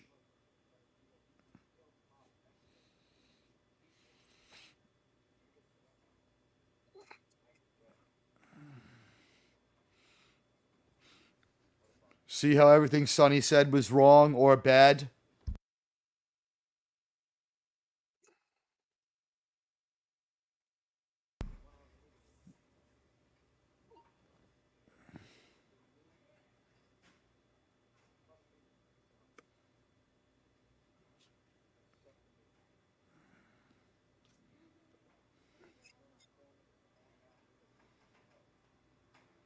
Yeah.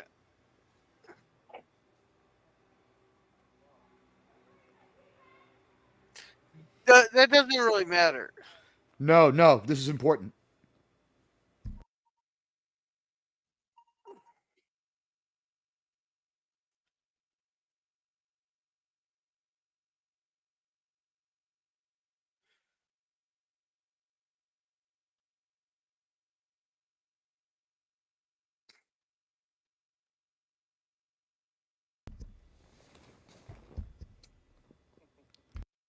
It's a fucking awesome plan.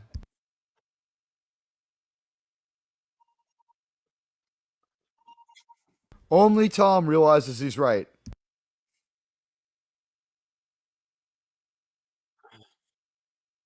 Uh,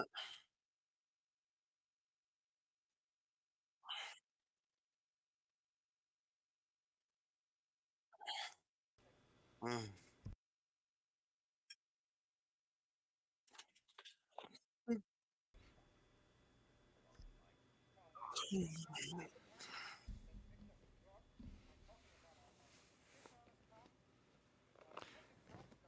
See, he feels like he's a vigilante now, not a mobster. And see how he's thinking? Be a great YouTuber.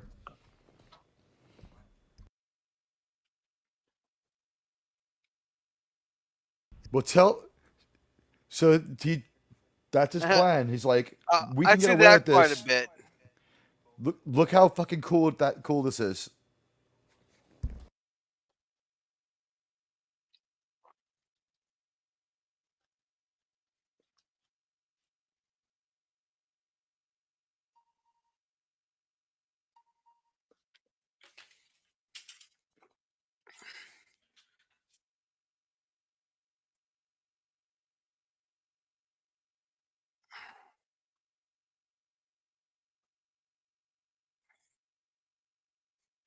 Everything about this hit has been thought out. Think about it. They're planning to kill a cop. This is a big fucking deal.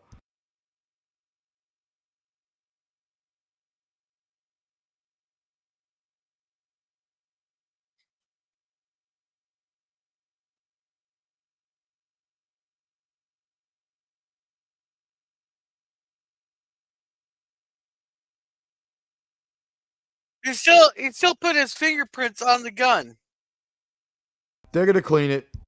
No, the tape on the gun prevents all fingerprints from being taken. No, but the guy's touching the metal. Don't worry about it. It's not gonna go to. They don't even know where they're gonna put it yet. They're gonna clean it off. They know how to kill people. Listen to him. He's like, we do this all the time.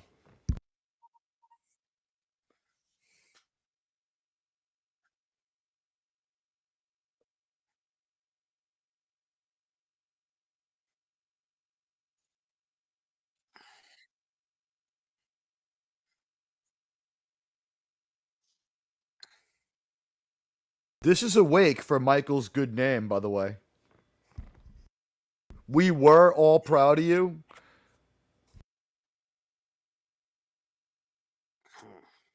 And by the way, if you guys think you have bad back hair, check out Sonny. Mm.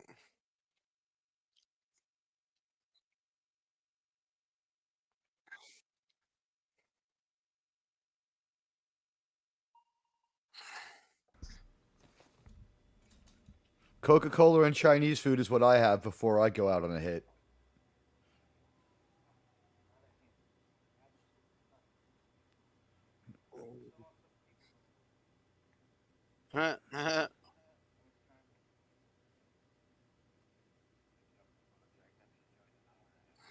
Jack Dempsey's is on 5th Avenue and 51st Street in front of Central Park. Oh, so it's an expensive real estate.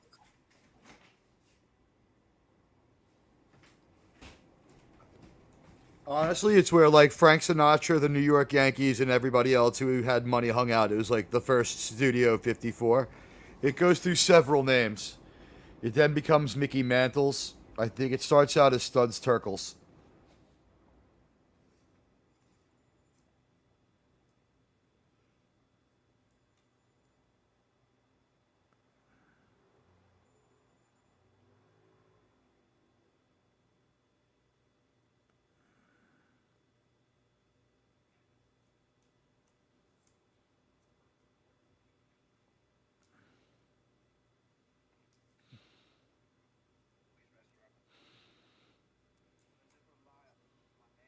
All right.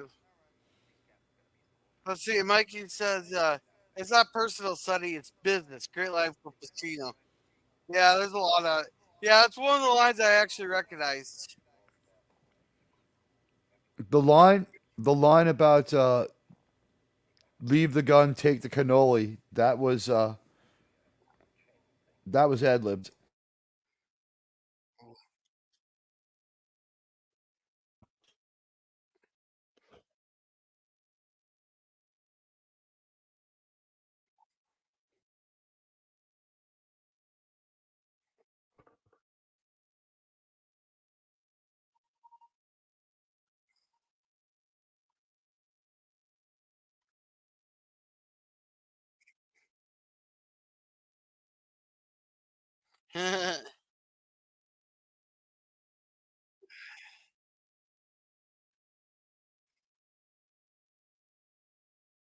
This whole film's iconic.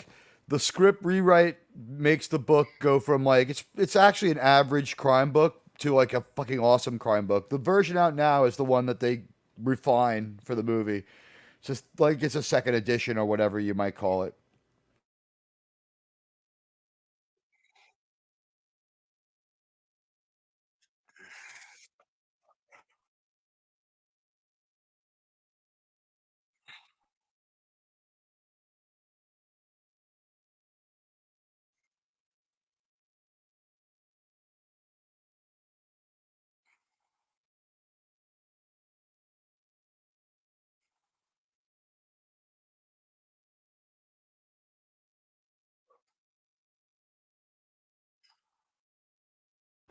Al Pacino's like 5'5", guys. Never feel like you're too short to be a tough guy.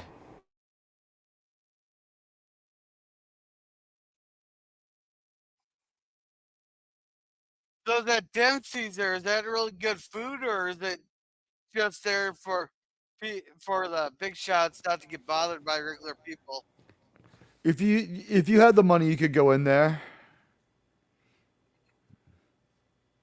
You would see like Louis Armstrong would be playing there, kind of thing.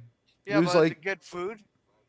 he was like I think it was a full service nightclub, so I think you could get dinner there if you wanted, because it's a nightclub of the 40s, not now. They probably will bring you a bottle of Dom Perignon and like.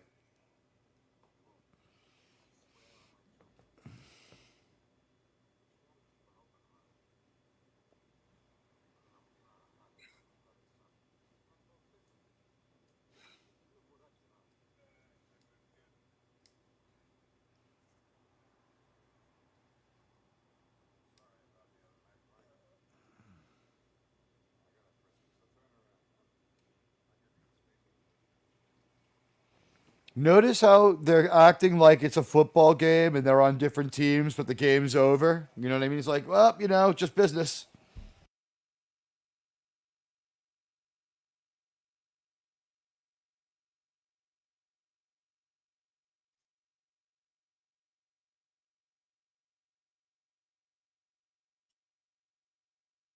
Huh. Why would they search him before he got in the car? They outgun him. They waited to the moment where, he could have pulled something before they did it. It was the first chance they had. This is the 59th Street Bridge, a.k.a. the Queensboro Bridge. Oh, wait, no. It's the Verrazano Bridge. They're taking him on a little bit of a wild ride. Hmm.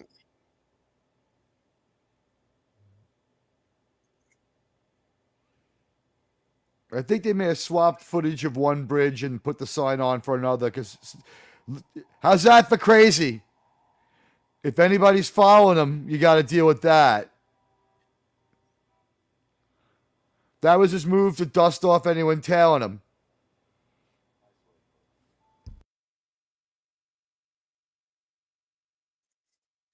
Now, do you think he's scared to do what he's going to be doing? What I think he's going to go do? The thing is, he's actually relieved because it turns out they're not going to New Jersey.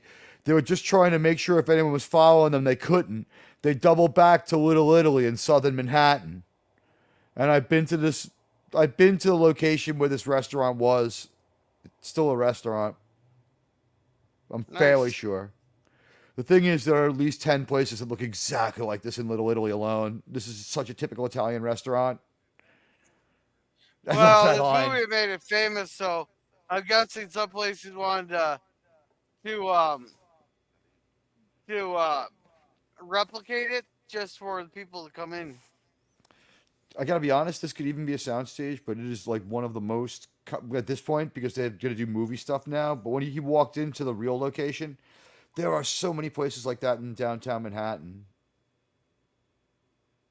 Like the Little Italy of downtown Manhattan is fairly large. But I love the line the cop has. How's the Italian food in this place? Like there's any other kind at the Italian restaurant.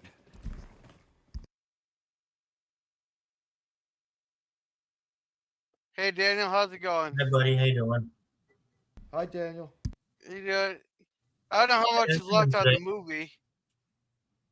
You know, this Italian restaurant always made me hungry every time I watched this movie. I can smell the food.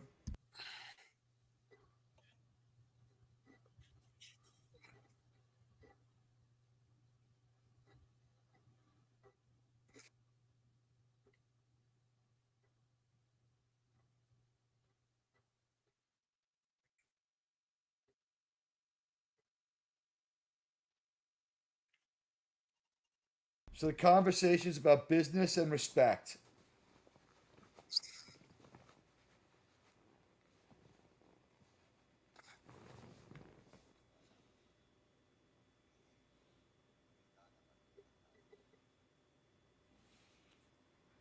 He's talking about his pull with the Tattaglia family.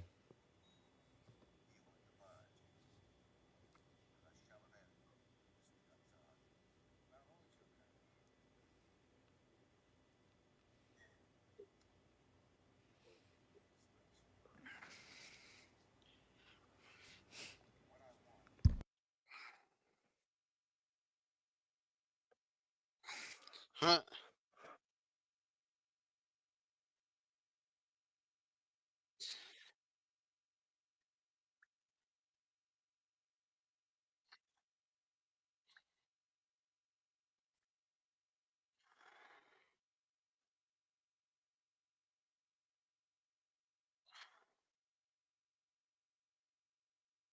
Has everybody noticed that Michael's jaw is wired shut?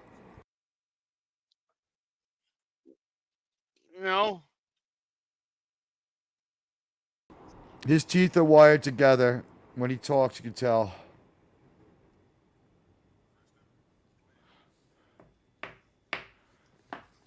He just wanted to grab his dick, that's all. There are bars in New York where the bathrooms still look like this one. Really? That's cool. Couple. These toilets are also making a comeback. Apparently, they work better with less water. So the pull chain toilet's back, ladies and gentlemen.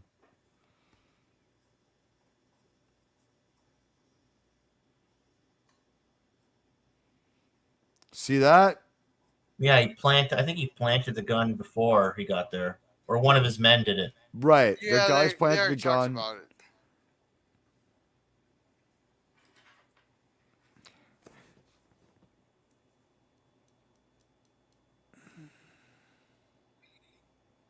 And the one who knew the name of Abe Vigoda in this, the one who knew about the location and where to put the gun, his name is Tessio. He's gonna be in charge. He's second in command of the family.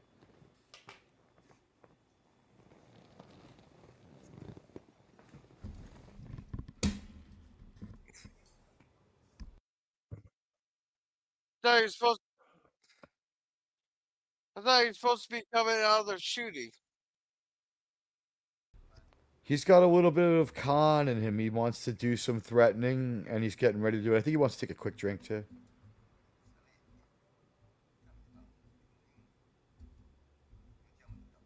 Hey, look, he waits for the train to pass, so there's like lots of noise nobody can hear. Daniel's correct.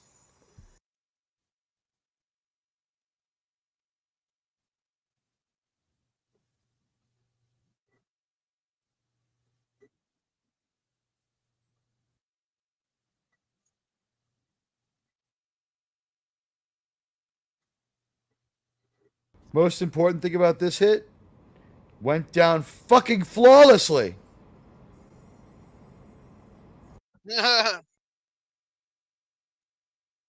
Perfect music sting.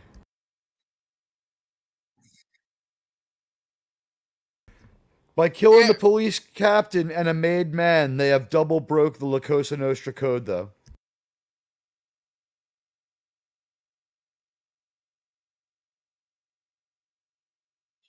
I love the spinning headlines in this movie.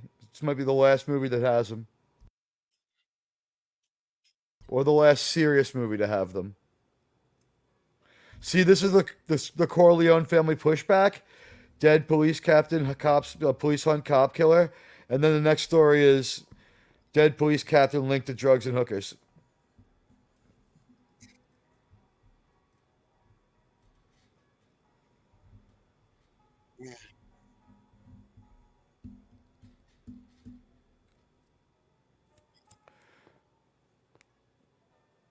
Control of the cops is going back and forth.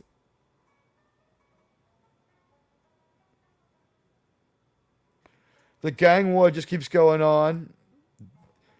These are famous real life gang war pictures, and they just restaged them with actors. People at the time recognized these pictures from like the paper and the headlines throughout the 50s and 60s. Nice.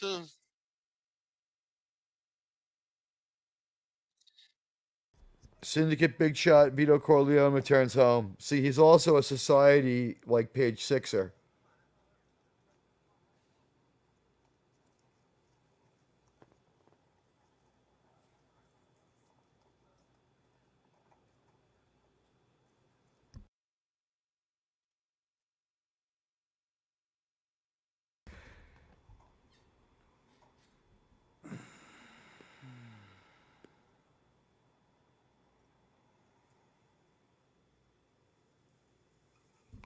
I believe this is Cooper Avenue in Queens.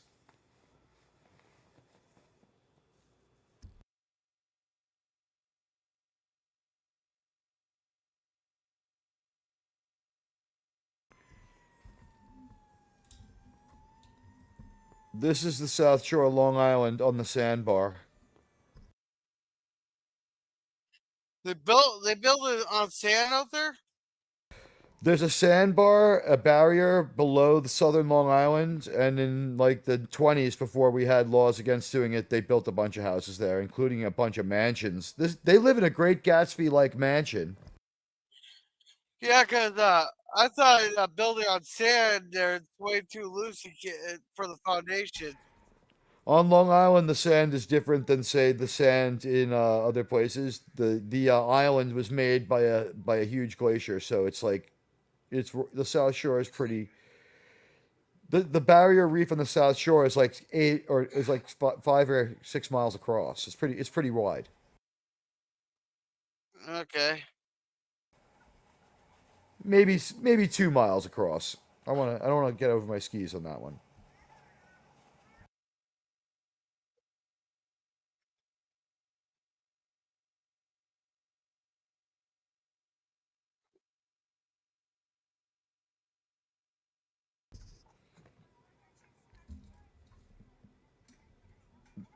The family mansion is in Long Beach. The family power base is in Queens and Manhattan, especially Manhattan.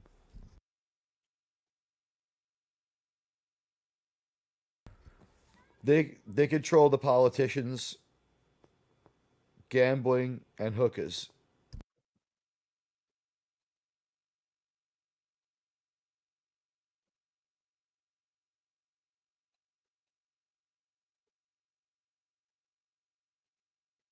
Hmm.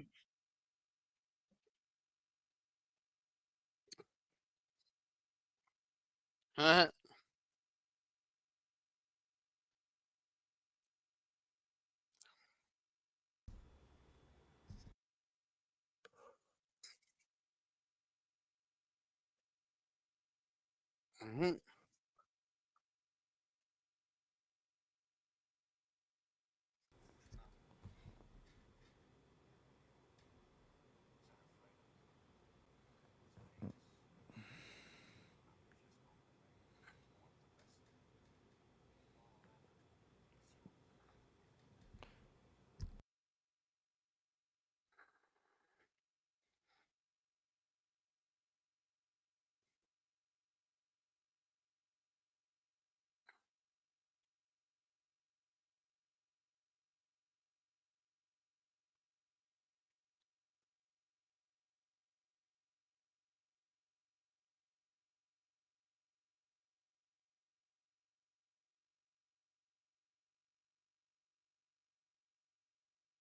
How much it bothers him that Mike was the one who did the criminal acts. It's like, oh, I don't care if I live or die right now.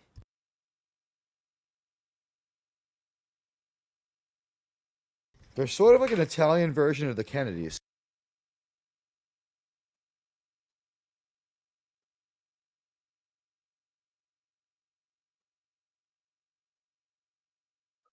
Yeah.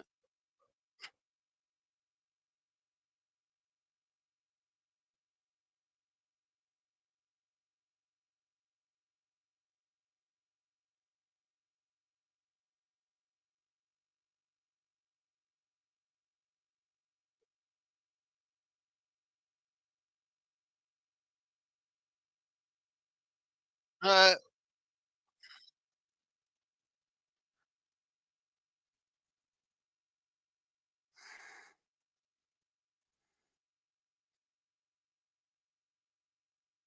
what's He a just told Janko? Tom he sucks. Janko was the name of Corleone's lawyer before Hagen.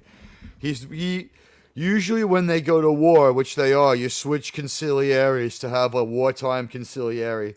And he's like, "You suck. You're just a peacetime conciliary. You're not a full-time war. You can't serve in this capacity." And Hagen just looks at him and he's like, "I'm sorry. I'm just pissed off." But when he said to him, "You're getting a great reputation," what's going on is Sonny has been so fucking bloodthirsty that the other families are talking about how they can't make peace.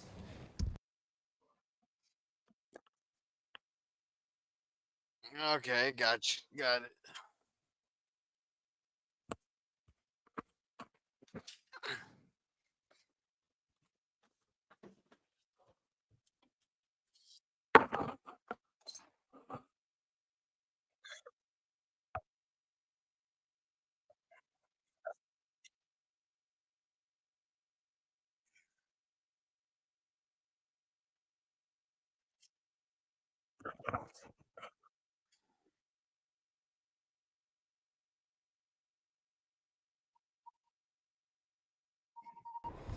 Only the mob knows that Michael killed killed Salazzo and McCloskey, and this is Mike in exile in Sicily.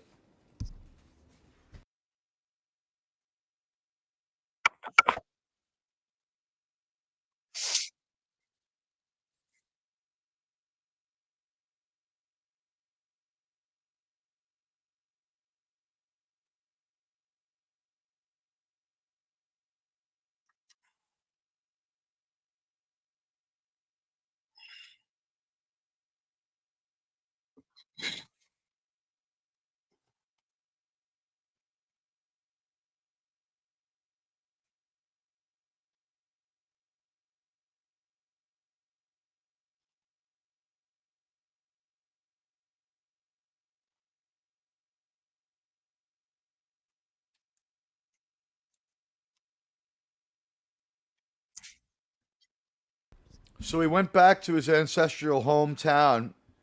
The name of the town is Corleone. It's the Don's real last name is Andolini. He changed his name to Corleone when he came to America.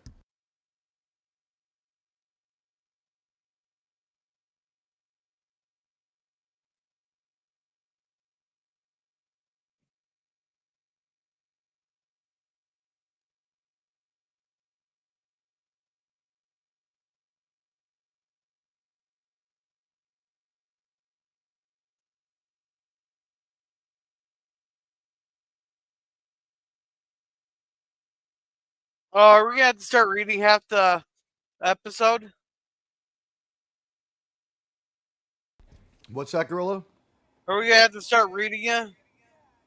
Yeah, I'm not sure what you're saying.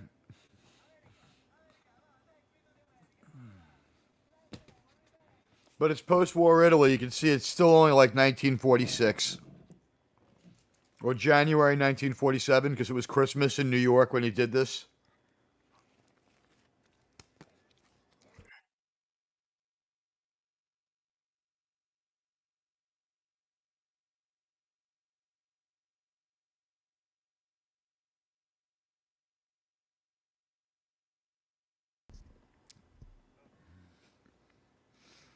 Do they have Italian chicks where you guys are at? What? Do they have Italian chicks where you're at? No, we're a Norwegian settled state, And now the Somalis are taking over. You're missing out on the Italian chicks. They're all pretty hot.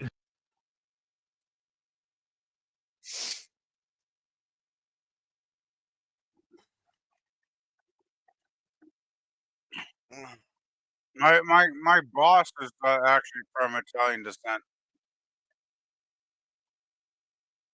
Can you hear me? Yeah, I can hear you. Yeah, my boss is Italian. And oh my God, she's smoking hot. Italian women are smoking hot. They can be very smoking hot. Yeah. I was just muting, by the way, because I was eating. I didn't want to Mm. bother the stream. Huh. We have to give you like we have to create like a silver microphone with like a knife and fork crossed in front of it award for people who remember to mute while they eat. Oh, I did mute while I eat. That's why I muted. No, I'm saying it's praiseworthy. So many people don't mute when they eat. I just scarfed down a slice of pizza after seeing all that Italian food myself. Well, I've seen people that are actually on camera eating on some panels, and I think that's really rude. These people the people in this movie, by the way, we never stop eating or drinking, and every time someone drinks alcohol, it's because the stakes are really fucking high or fate is being changed. Speaking of drinking alcohol, I'll be right back in a minute. As you can see, it's not that long later because he still has a black eye. I think this is the scene where he wants to get the guy back out so he can ask his daughter's hand, right? His daughter's hand in marriage. Yeah, it's a pretty crazy scene where he shows that he's become powerful, weird, and ruthless. And then he's like, when he reveals I'm Michael Corleone, the guy gets kind of scared. He's like, oh, he doesn't want to say no because he thinks he's gonna get killed or something. The other thing that's weird is he speaks Italian, but he's making them speak for him.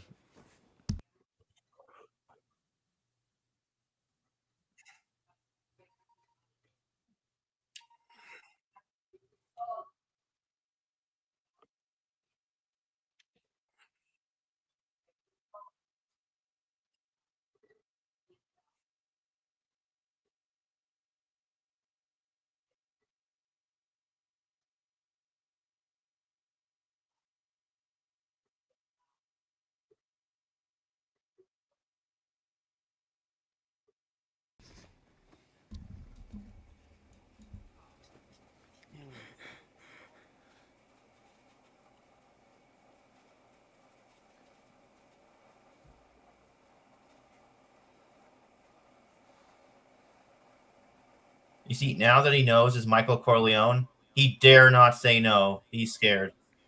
Yeah, he as soon as he says Michael Corleone, the first thing we know is that like he's so scared he's definitely not telling anyone he knows he's there.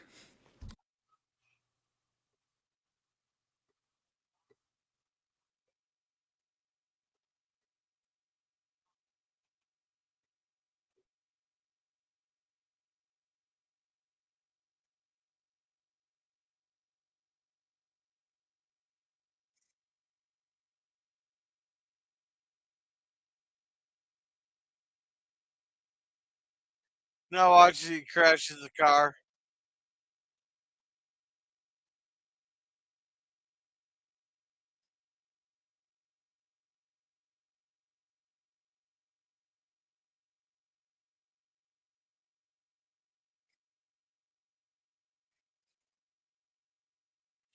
Hey, is that the girl that played Mary on or Laura on Little House on the Prairie?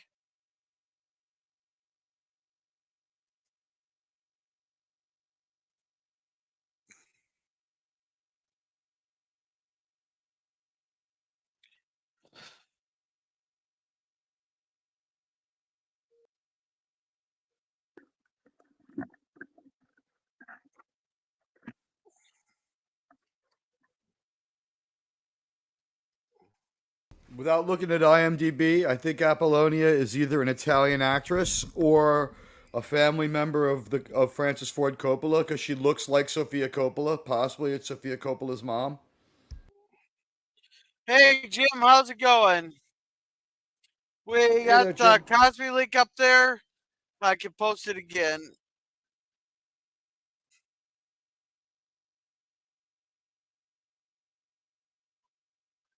Look how fast this happens, by the way. His black eye is still a problem. Maybe he got one in real life and it just keeps popping up. Here you go, Jim. Here's the Cosby link.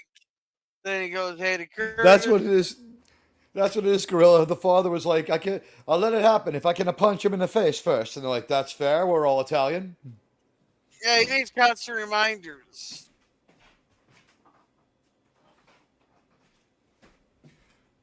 What I would just point out about it, though, is it really does a great job of showing us exactly how much time passes.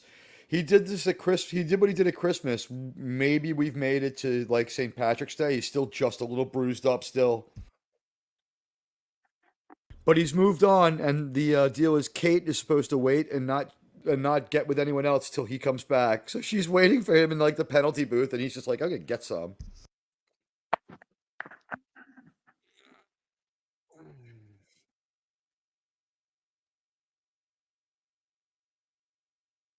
Mm-hmm.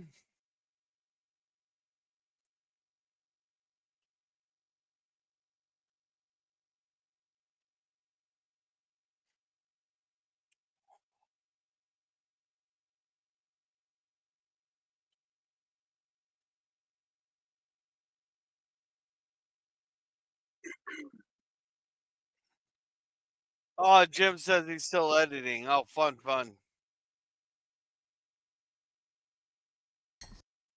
I'll be doing that all day tomorrow myself.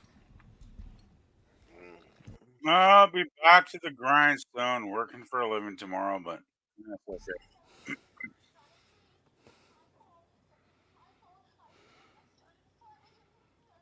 By the way, Connie's a real piece of work, huh?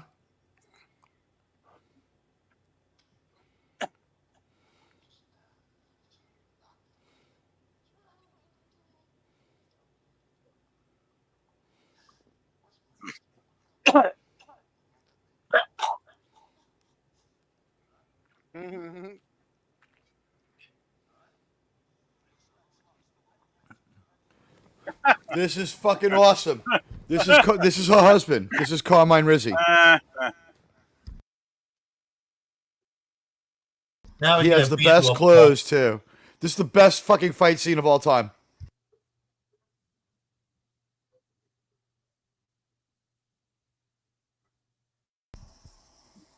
Boom! 1, 2, 3. Body blow. Uppercut. Body blow.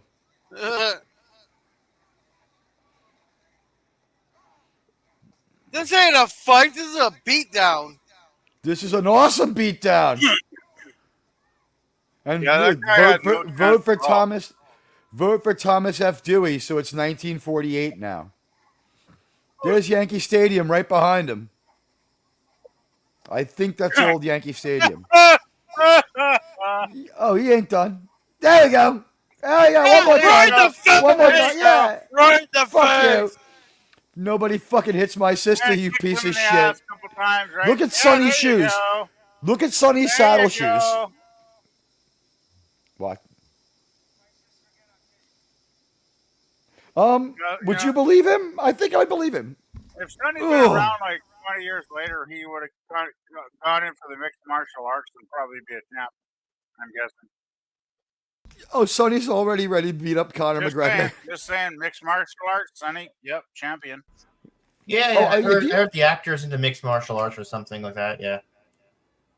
Well, that's a little bit before that was a thing. So, you know what it was? He was doing it before they came up with that name. He did like Daniel said, various martial arts workouts. He's a super physical actor. He's in rollerball. By the way, that's another great movie that we got to get watch. My funeral is going to be just like this one. Oh, I thought you were going to go for the old Klingon funeral. Yeah, everyone screams into the air when I die. A warrior has gone to Sto-vo-kor. No, when I die, I'm getting a traditional Italian funeral. At 4 a.m. in the morning, wrapped in a carpet, I'll be thrown off central span of the Verrazano Bridge into the Hudson like my fathers before me. I may or may not already be dead when the carpet leaves the bridge. Well, hopefully he did. I don't know. Depends how the Yankees do this year, doesn't it? It kind of would suck if they dropped me in the river when you're still breathing, but oh well. Yeah, but here's the thing: they don't care. You'll die when you hit the river. It's like a 1.5 mile drop from central span. It's really, really high. From the height, okay, I got it. It's also the river is 2 miles wide and goes like in circles, but in circles at 30 miles an hour. It doesn't really move up and down river. It's just a series of whirlpools. How it didn't tear that plane apart? Yeah, you're not surviving it. How that plane didn't get torn apart by the Hudson is beyond me. very talented pilot, I'm guessing. It is so. I've been to where Gorilla lives, unless the river changes seasonally. It's so much wider and more insane than the Mississippi is where Gorilla lives. Our river is 4 miles across with an island in the middle. Great music again.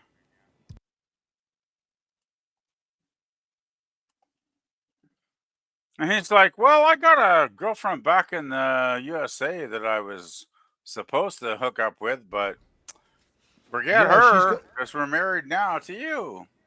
Well, Kate went to lunch with one of her colleagues and he disappeared forever. She has no idea what's going on. There's like 2 mobsters watching her, and this is what Mike's doing. Yeah, Mike kind of loses his moral compass by this point in the movie. Well, if he goes back to the States, won't he get arrested and get the death penalty? He might. He's got to wait. He's got to wait like 6 more months because they're smearing the shit out of the cop he killed. And yeah, he's got to cool off. Besides, I mean, look at this. I mean, hell, if you had a set of tits like that to suck on, would you fucking leave? Yeah, they're a little small. I wouldn't leave those tits. This is why I think she's just an Italian actress rather than Francis Ford Coppola's family member. Yeah, yeah. But look at that taxi. Look at that taxi cab. And here comes Kate. She wants to know what's going on. Oh, my God. Kate, move on to another man. Because this man ain't going to make you happy. She's blinded by love. She really loves Michael. Blinded by the light.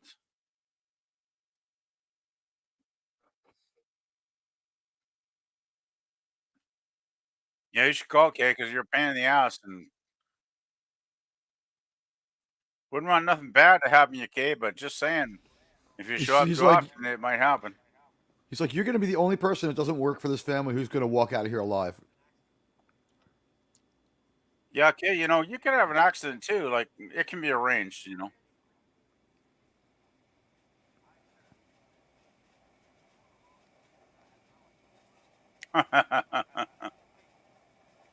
He's talking to her like she's wired.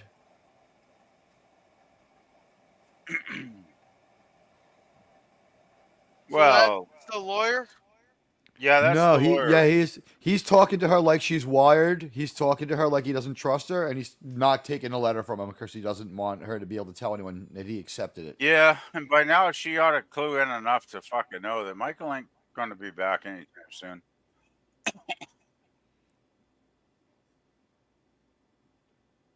Look at the picture of the Don. Don Corleone. And there's a picture of Mama Corleone on the other side of the thing. So look, he starts a fight.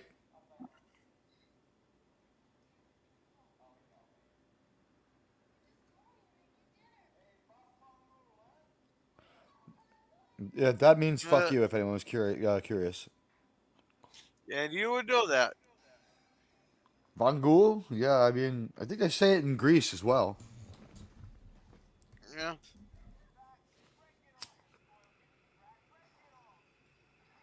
All right, I'll be right back. I don't know why Carmine thinks it's funny that she's Italian when he's Italian too.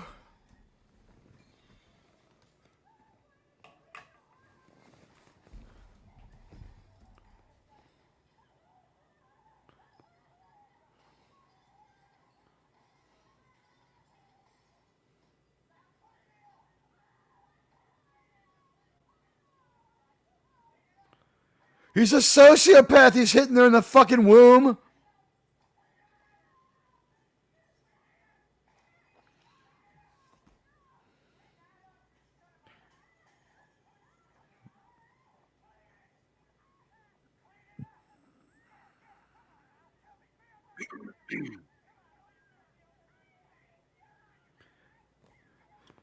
So as you can see, this is a very healthy Italian marriage.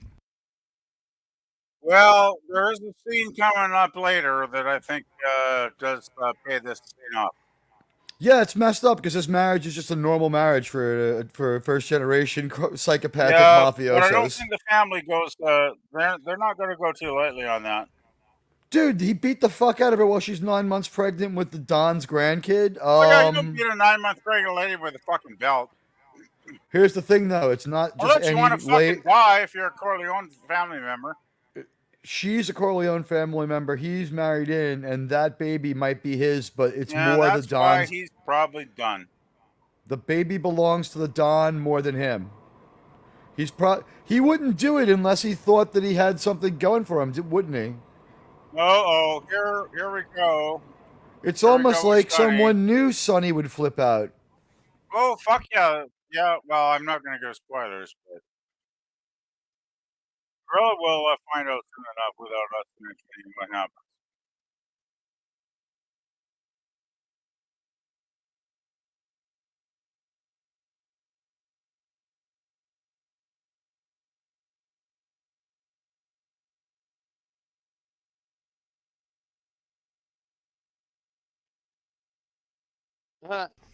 Here he's driving through part of Queens on the edge of Brooklyn, and this is the former Reese Park toll booth. There's still a toll booth that looks like this in Oceanside. Okay.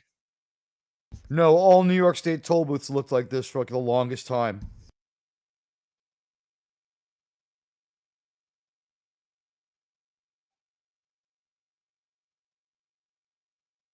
Uh-oh.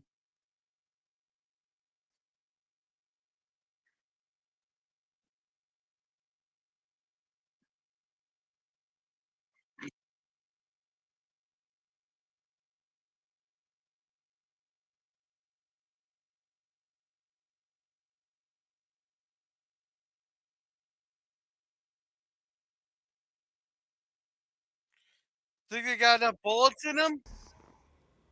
No, they don't. Do you see that quick shot of the Statue of Liberty behind him as he went down? Tell me that wasn't beautiful. Yeah, I think they killed him enough there. It's completely unrealistic, but it's one of the most iconic death scenes in like cinema history. Yeah, it is one of the great death scenes. I have to agree. And that is Reese Park. I've been there a million times. We went to the beach there. But nobody pulled machine guns on you, I'm guessing.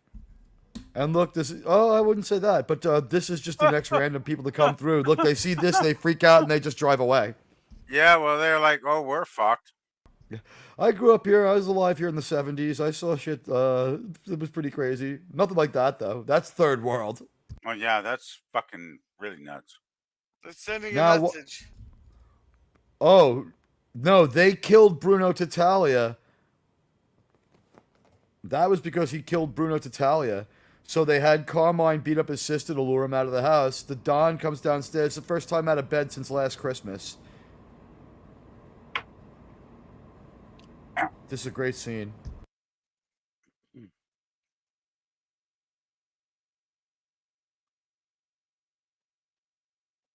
He knows something's wrong. That's why he wants a drink.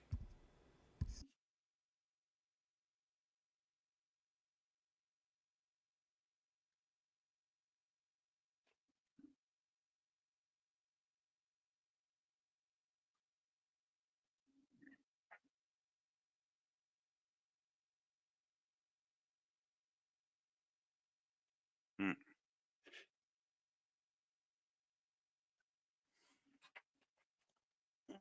But you needed a drink first.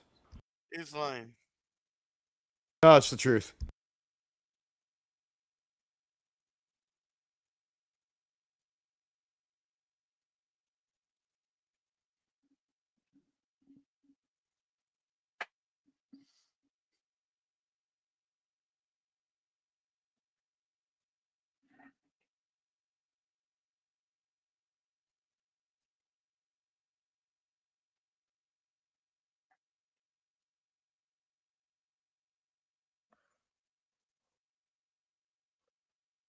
Hmm.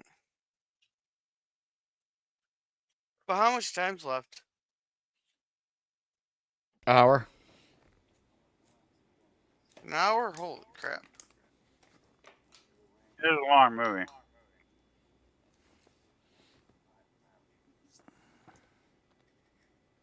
Told you. Shit. It's the greatest, one of the greatest movies ever made. But it is a good movie, Gorilla. Independence Day is a good movie. This is one of the best 10 movies ever made.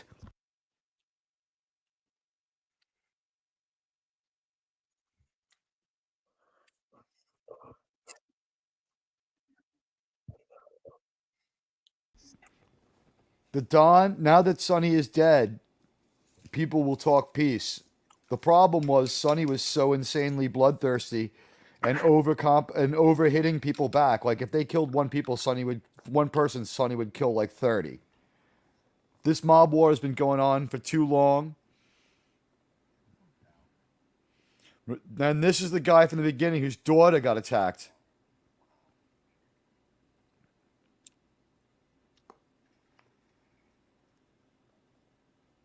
This is a famous, famous line.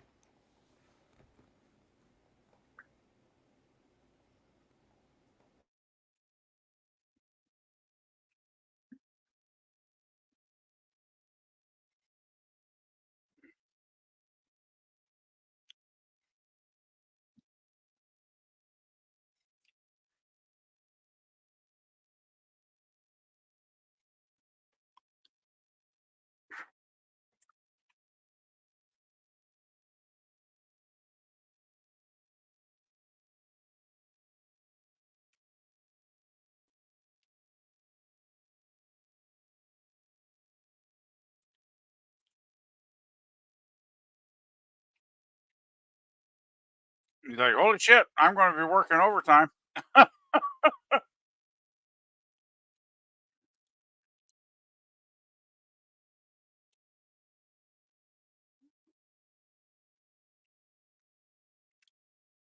One of the great lines in cinema history.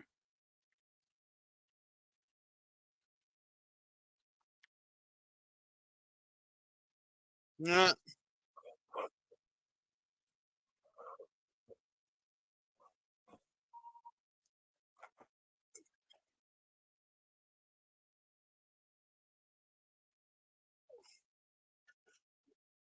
God, they're driving like they're drunk.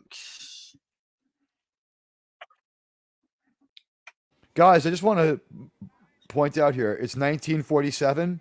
That Undertaker has been in business since the 1920s. He has seen people killed every way you can get killed, hit by a train. People died in World War II, their bodies got sent home. It was up to the Undertaker there to fix them up. He's seen people blown up. So the fact that freaked him out, how badly shot up Sonny was, that was a really big time hit. And also, like, to be able to make him presentable is going to take a couple of days of nonstop work, and he's never seen anything that bad. That was the idea you were supposed to get. Well, I think that's more the fact that he knew him also. He knows if he can't please the mother at the funeral, he's dead. He was given an order by the Don. But yeah, he also knew him all his life.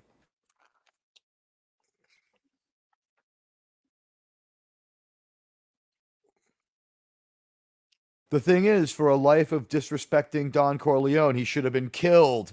But he was somebody else's godfather, one of the Don's kids or something. But he's like, I don't dig you, and you've never been cool to me. So this will get him even.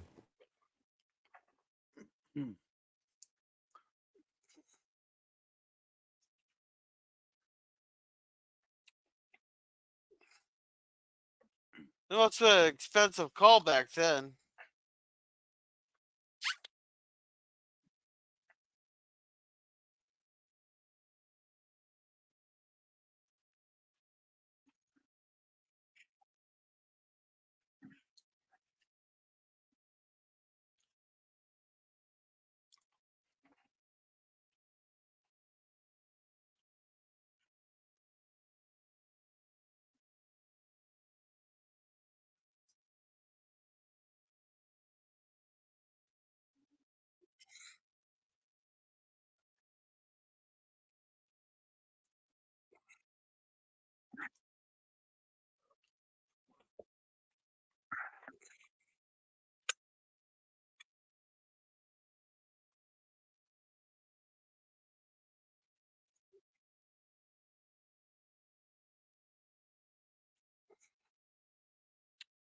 Uh-oh.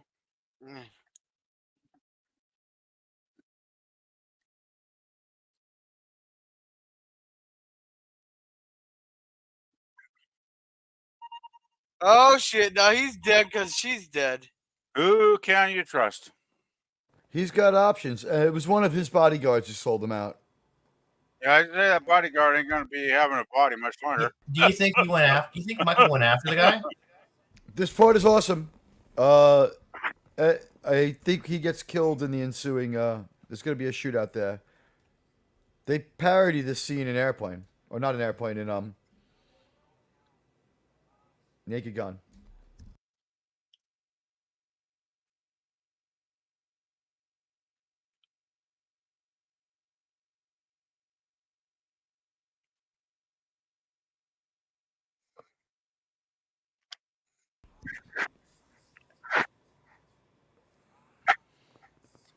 This is based on a real thing. The New York State Police busted this actual meeting in real life. The whole world knows about this meeting. The family names have obviously been changed.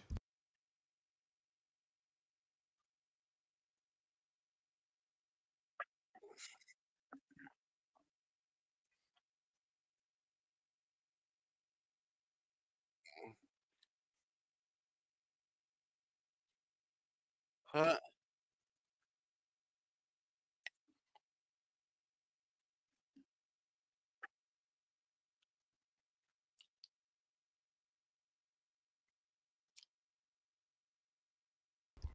This guy represents Sicily.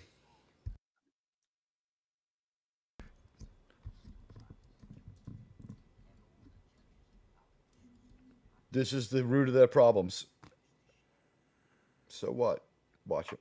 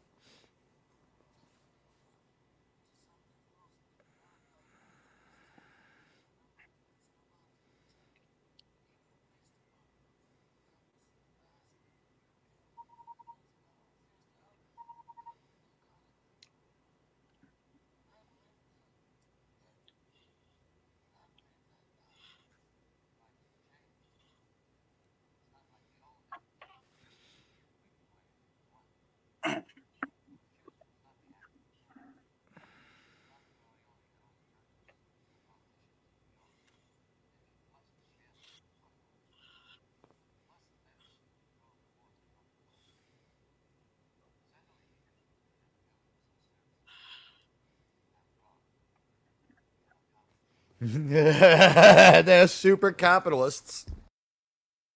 This is important.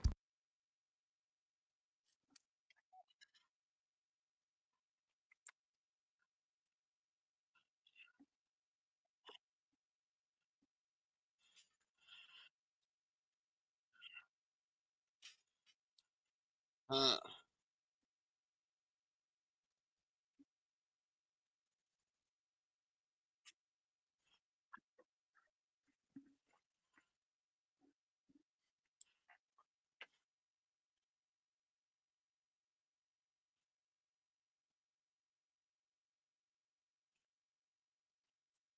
That's their fucking solution to drugs. Uh-huh. I would like to point out that's exactly what they did.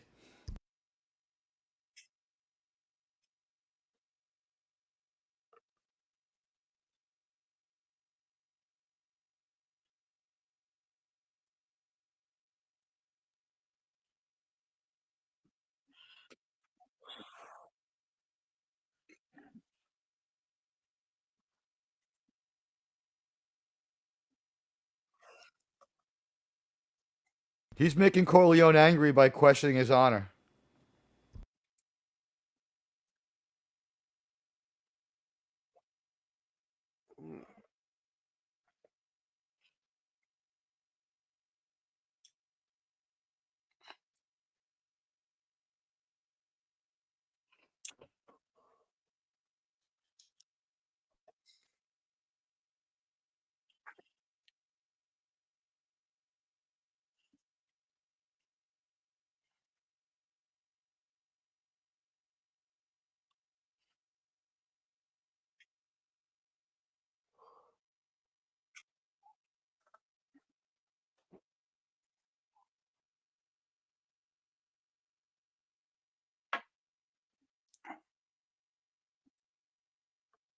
Epstein.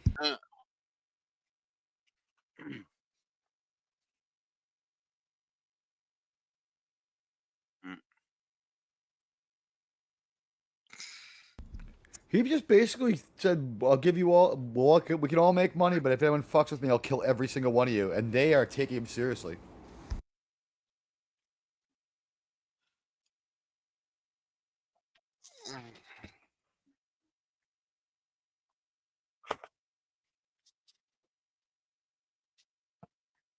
They've killed each other's sons. These guys.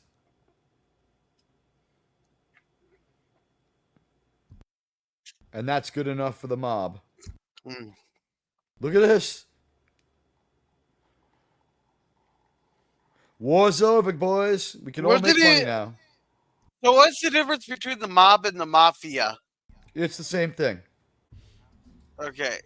The thing is that the mafia is specific to the Italian mob, and mob in general is any organized crime from a usually ethnically based. Like there's a Russian mafia, they're just called something else. There's even a Jewish mafia. Meyer Lansky and other guys. Organized crime exists in a lot of countries, especially countries from the Mediterranean. It goes back to the Roman Empire. La Cosa Nostra is a big fucking deal. No one wants to break their oath. But it's a criminal oath, so it's not, it's kind of doomed. This part of the movie is just so strange and weird. The music is just so unworldly.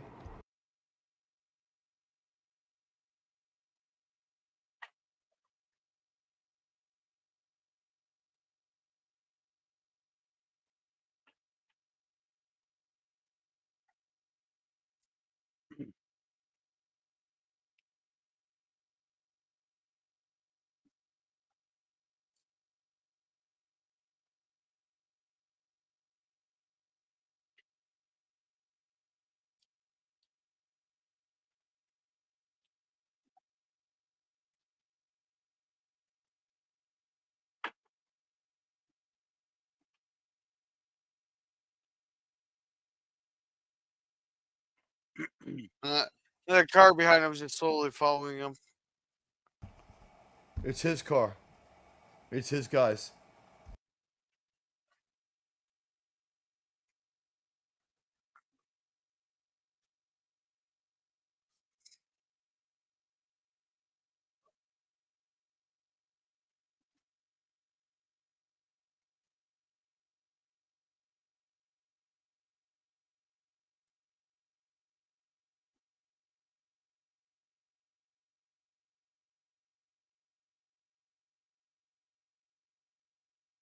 Just, yeah.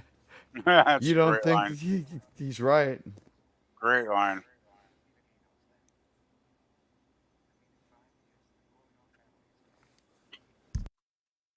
Mm.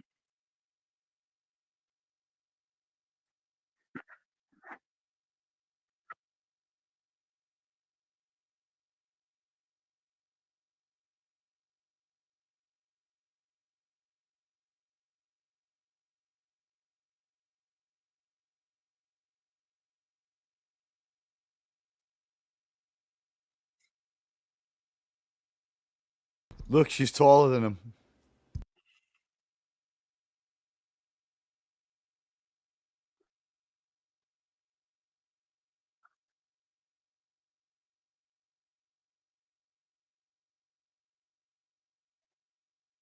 You know, the only reason he's going back to her is because his current wife is dead. I think he was gonna let that wife just live in Sicily, come back here and marry her, and let her be his American wife if that worked. He didn't give. He is now kind of like changed. Like, it's a lot more evil than Joe Black, and a lot more interesting.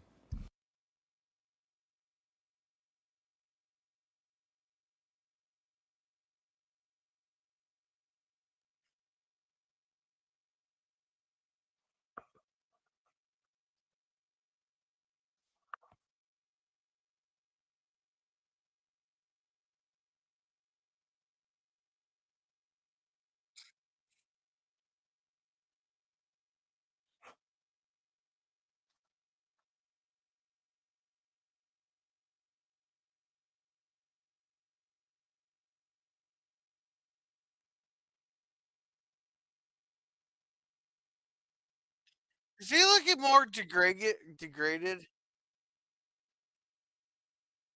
What? Does he look like more disheveled and degraded, like than at the He's beginning of the movie? he's pretty messed up since he's been shot. It's only been like 18 months.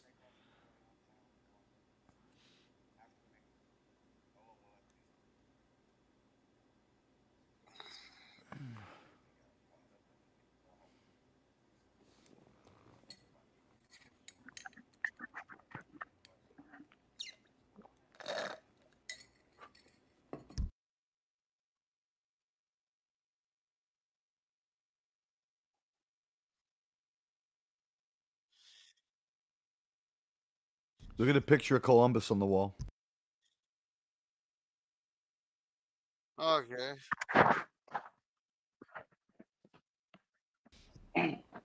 Like these people are totally caught up in the idea that to them they're Americas.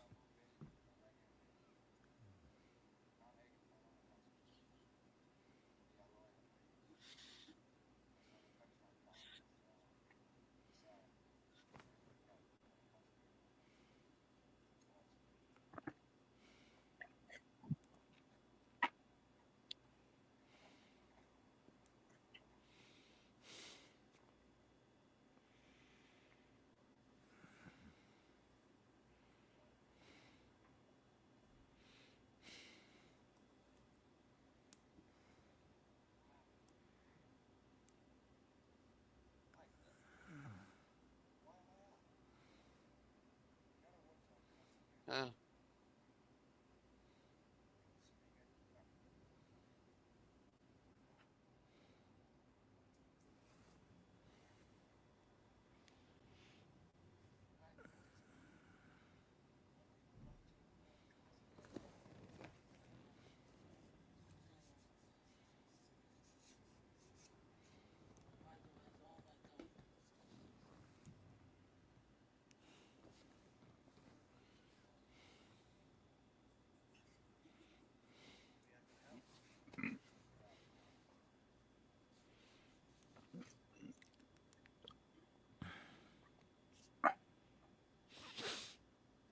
This is so fucked up and so personal that even their adopted brothers too isn't close enough to be in on it. Oh, they don't want him compromised, right? Right. He's got a lot of work to do in Las Vegas. The deal is they want to move from New York to Las Vegas. And for some weird reason that no one understands, they've told the guy who beat up their sister slash daughter that he's gonna be a big shot in Las Vegas. So they're sending everybody to Colorado for a little while. Oh, yeah. Well, Yeah. they have to test the waters in Colorado. So now the We're not family's there in yet. Vegas. No, we're in Vegas. This is Vegas. No, I'm just saying for Gorilla, we're not quite. This We're is not quite there. this is Fredo, by the way. Yeah, Fredo, the one He's been fuck up in the family. the fucked up older brother. The fuck up in the family. Yeah. Look at Michael's face. Mike is like, is this guy my brother or is he a fucking clown? Put the rubber shoes on there, Fredo.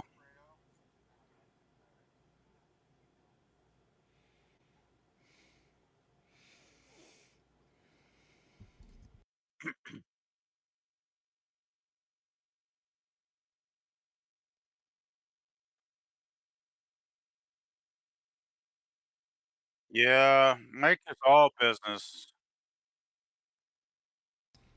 La Cosa Nostra says don't flash the cash. This is out of line with his approach.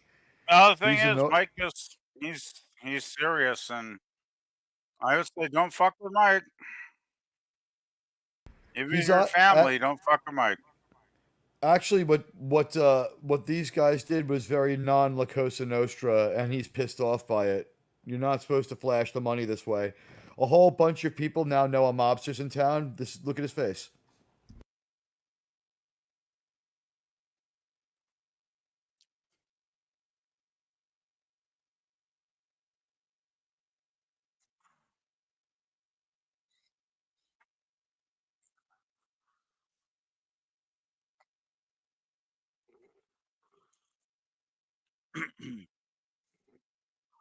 Remember Johnny Fontaine from The Wedding? Act Like a Man? Oh, fuck yeah. This is him.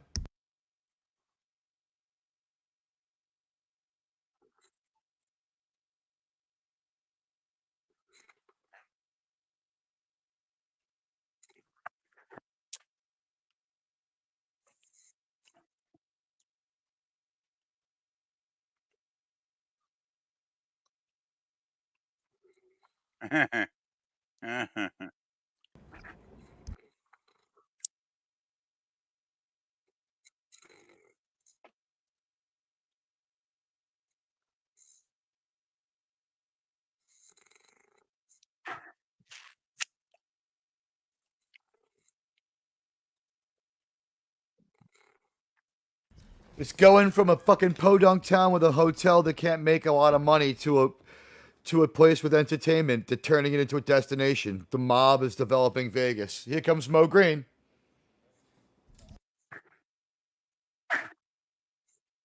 Well, the mob in Vegas are kind of a well-known connection, aren't they?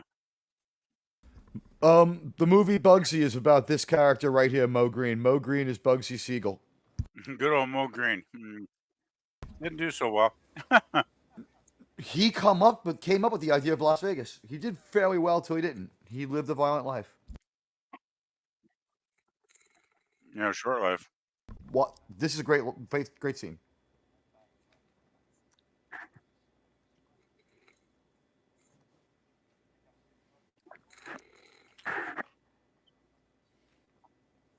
Mm.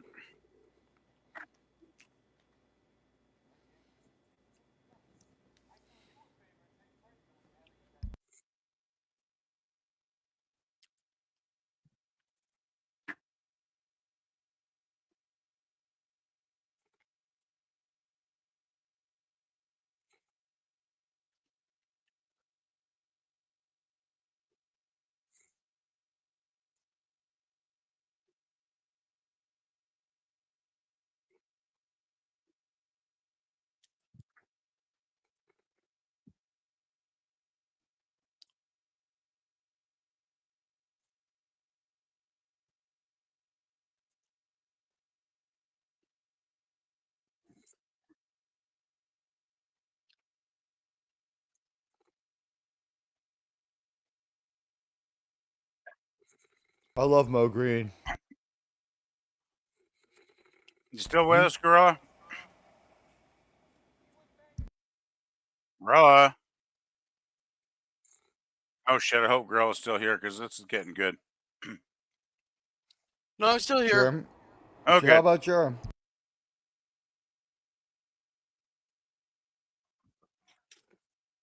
I don't know if. Hey, sit down. Welcome, welcome.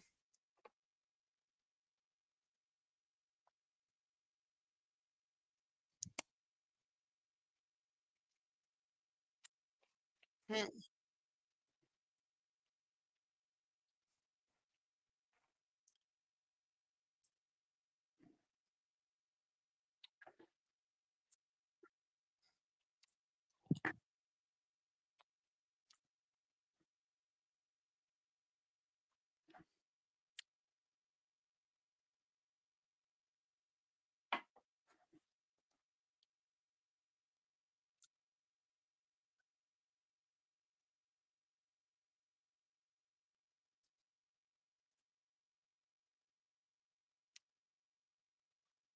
Hmm.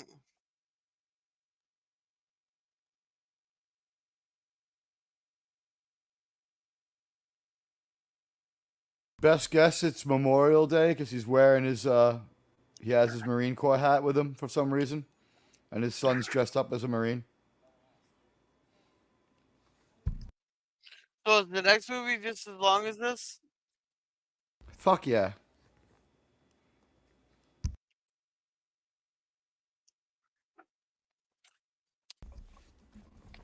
The next movie is the prequel.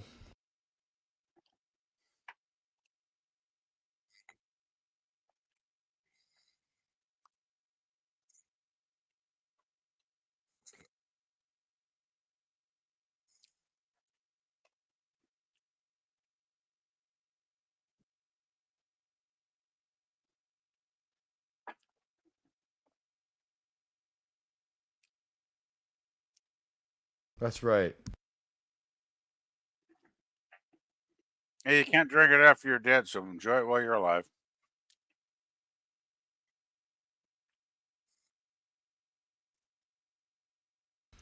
See, now we realize that a couple of years gone by, because it's gone from proposal to be my girlfriend date, Kate, to wife and child with Kate.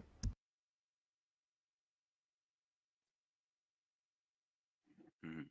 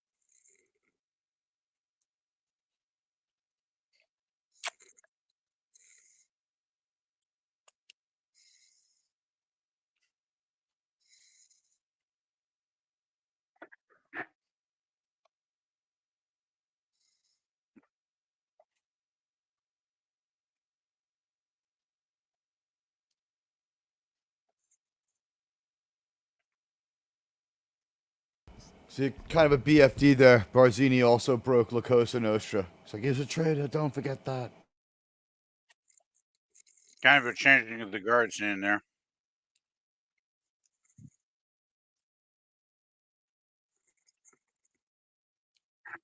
Seems pretty cool.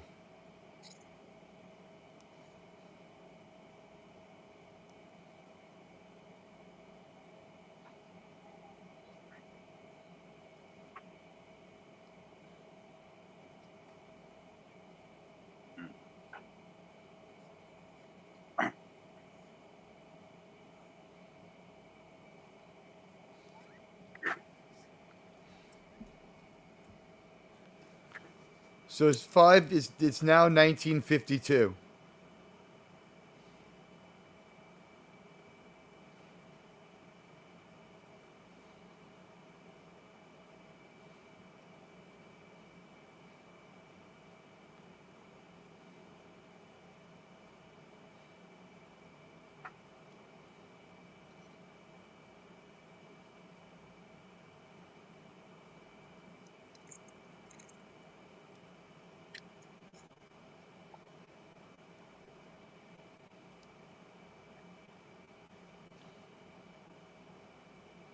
Mhm.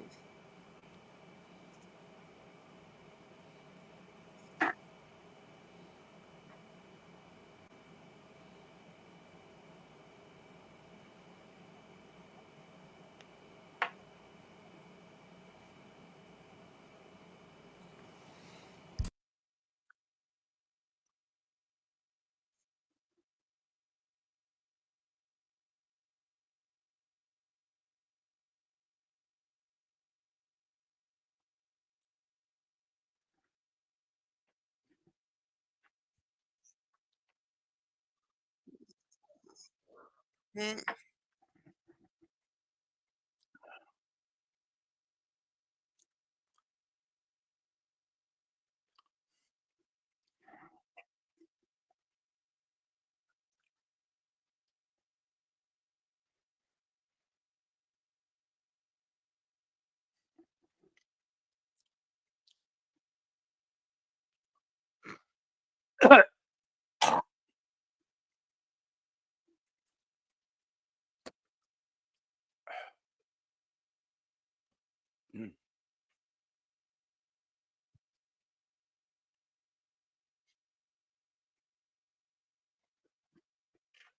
St. John's Cemetery.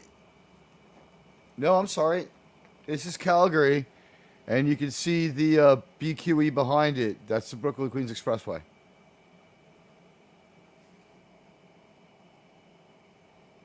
Hey, Lemon Pie. Hey, Lemon. All right, I'm not giving anything away. This is one of the biggest cemeteries in all of New York City. It's absolutely huge. It's right near the 59th Street Bridge. That parkway in the back is where the cemetery crosses from Queens into Brooklyn. It's really huge.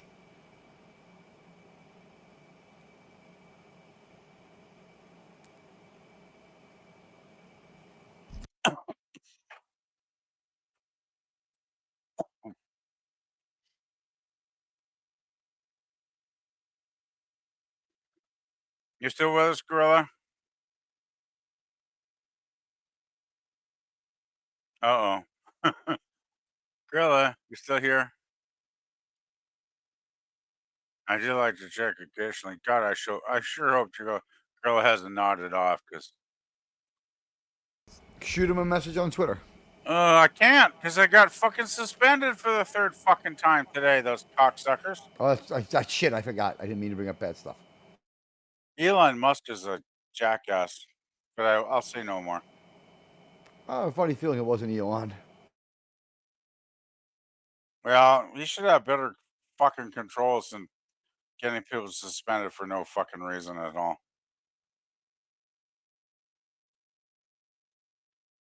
I lost one for saying that I hope the dragon from Rings of Power did an airstrike on the Harfoots. Well, this time Jill said, ask for screenshots of what you actually did that was wrong. And that's what I'm going to do on this challenge. I'm going to say, okay, if I spam somebody, show me the screenshot. I don't think you did anything wrong. I think they got you. I know I didn't do anything wrong. Because I was only on there for like 5 minutes in the last fucking week. It's ridiculous. I'm not going to say why I think they got you. I'm going to put it in private chat, okay? Yeah. I don't want to talk about it on here. I also don't want to give a how-to lesson. Yeah, exactly. Hey, Abe Vigoda. I love seeing Abe Vigoda. Great actor. Very understated actor, but a good one.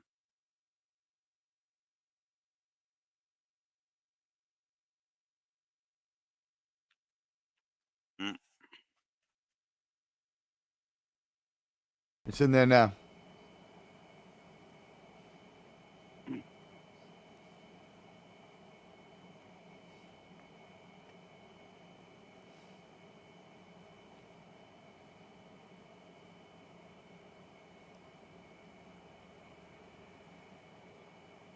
Well, that would make sense if I did, but I had a totally new account, so I don't get it. They just figured out that Abe Vigoda betrayed them, and he's like, I didn't think he would be the one to do it, and he says to him, nah, he's the smart one, and that's the smart thing to do. Basically saying that he would have done the same thing in his shoes, but he would have pulled it off.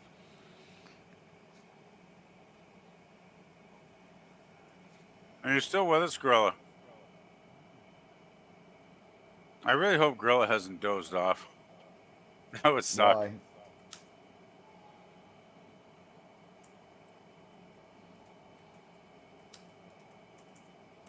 I think Germ can still turn off the stream. Well, German hasn't done nothing for a long time. I'm still here. I'm just keeping the thing running. Oh, good. Yeah, I've been trying to keep quiet as much as I can.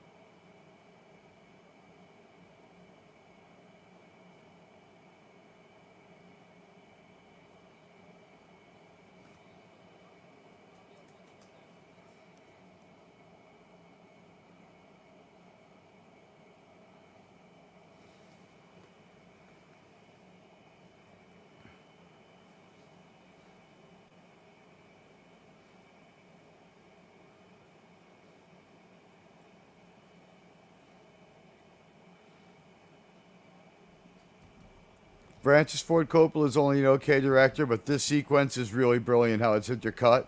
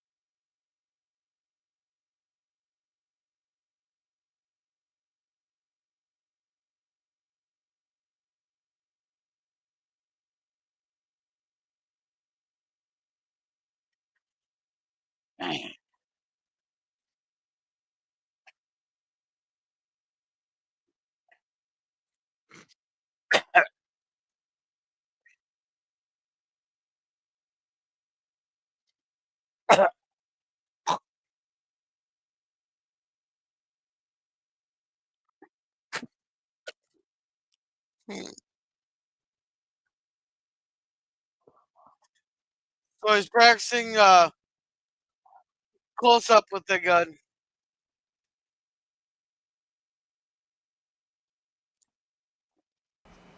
They're taking care of all. They're settling all New York and they're settling all New York debts, and they're going after everybody who can get in their way in Vegas.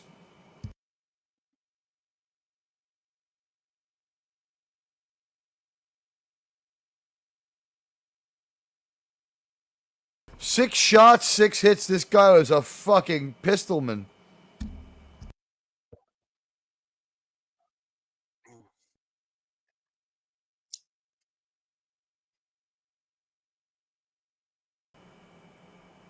So while he's taking all these oaths to, uphold the will of God, he's killed like 8 people. That's a great sequence. It's a great sequence. It kind of gives the hypocrisy of his life. I believe that church is in Garden City, Long Island. But isn't he speaking on behalf of the child? Well, first he spoke on behalf of himself. He had to vow that he was pure Catholic of heart. So he was like, do you renounce Satan? He's like, yes. And then he asks him again on behalf of the child. Because he didn't say Michael Corleone. He said Michael Anthony Rizzi. Do you renounce Satan? And Michael answered on behalf of the child because he is now his godfather.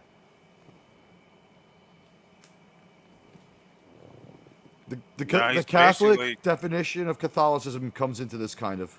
Sorry. He's basically become the Godfather in effect. Well, the thing is, yeah, he's known as the Godfather, and also he's Godfather to a lot of people because, of course, you asked him to be Godfather to your kid. It's also in it's in Goodfellas. Remember, it's like last week this prick asked me to be Godfather to his kid.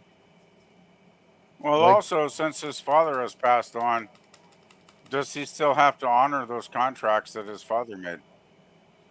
no one has to honor any contracts. Plus, his father did die, so that he could. Michael didn't promise not to break the peace. His father did. So I'm just wondering if he'll honor some contracts with some of the people that he. Nope, all deals are off. Yeah, okay. Interesting. That Look, probably see? is more clear Look in the here. second movie because I haven't seen the second movie. So No, we're going to find out why right now.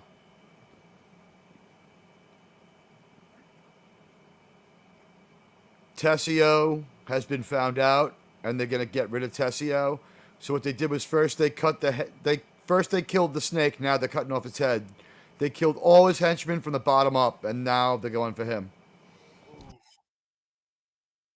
And they killed Tartaglia.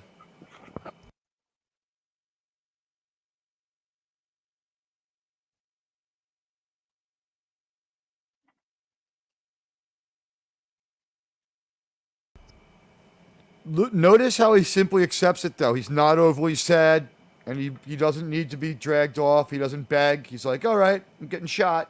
I made it to 80. I made it to 75 as a gangster. Is he really that old? He doesn't look that old. I think he's playing that old. Here's the thing. His character's 25 in 1925, so this is now 1953. He's like 53 years old, 55 years old. The thing is, everybody looked a lot older back then. But the no one movie did was in anything to look better. 72, so he's even older in real life, right? No. His character and him are the same age, close to the same age. Abe Vigoda just looked old. He was like 94 when he was 94 when he died like 10 years ago, though. So he made that's like why in people thought he was dead like 30 1974 he years wasn't ago. that old. Right. In 1970, because he looked really old at 60. Yeah. In this movie, he's 43. Crazy. Maybe 40, Oh, 48, shoot. somewhere in there.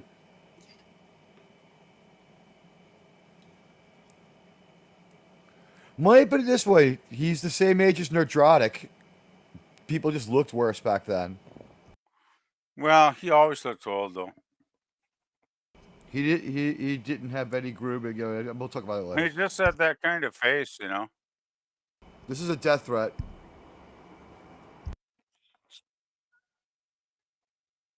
These are all the people they've gotten rid of.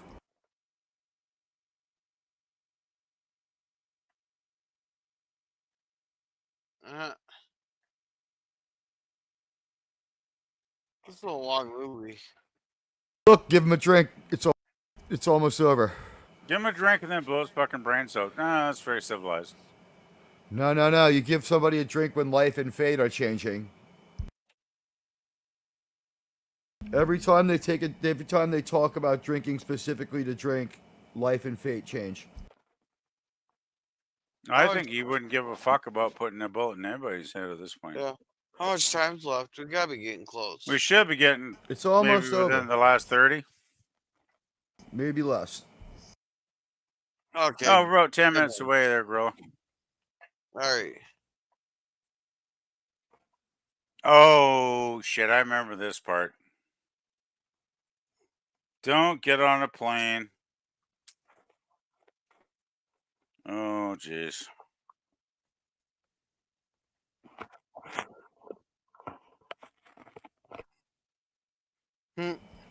Michael is. This is the way I review a movie, right? No, I remember Michael becomes and it more. makes me very angry. Michael's more ruthless and less honorable than his father ever was.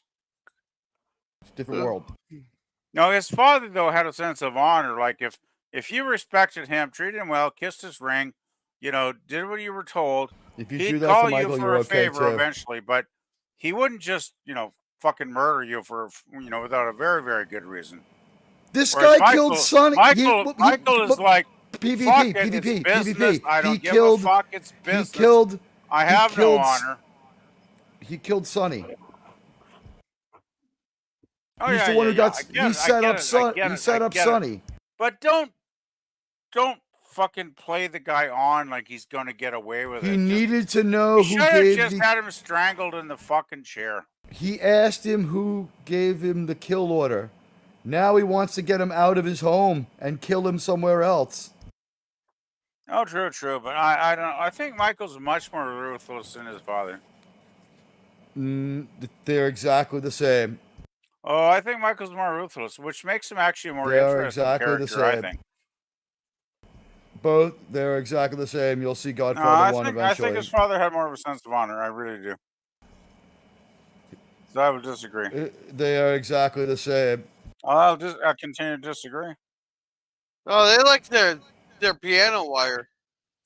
They do like those piano They do wire like karats. it. They really do. They do.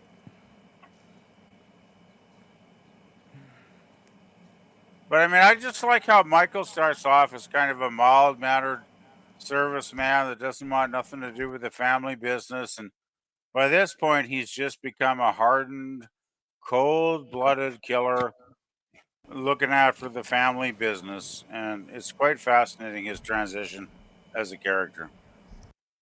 And it gets even better in the second movie. Well, I think we're gonna start the Godfather 2 a little bit sooner. Yeah, it might The be an God- idea, Grilla. The They are long Godfather, movies. That's The 3 God- hours also. The Godfather 2 is a prequel and then the end. This is the middle of the fucking book.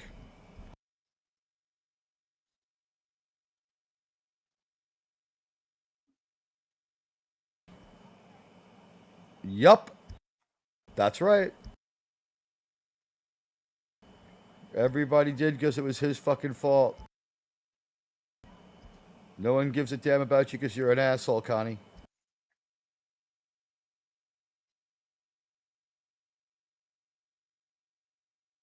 Damn right he did. You got that right.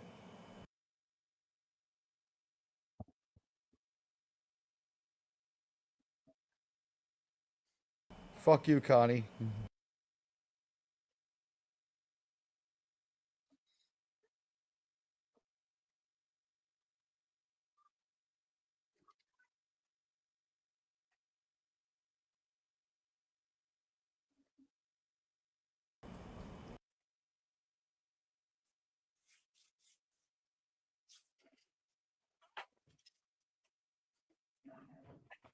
Hmm.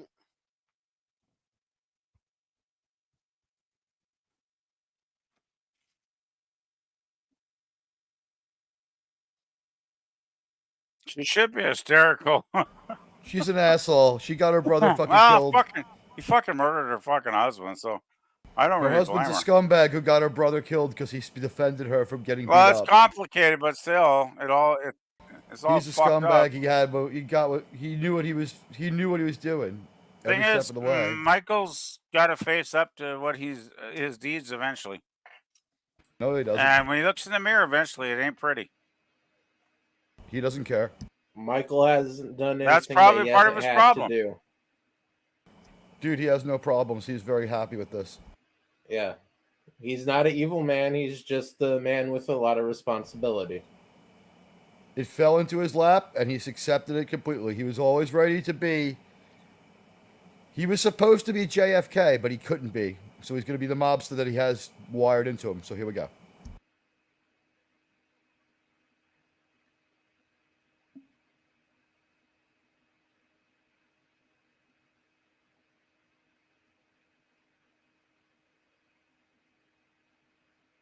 Well, now he's just fucking lying outright.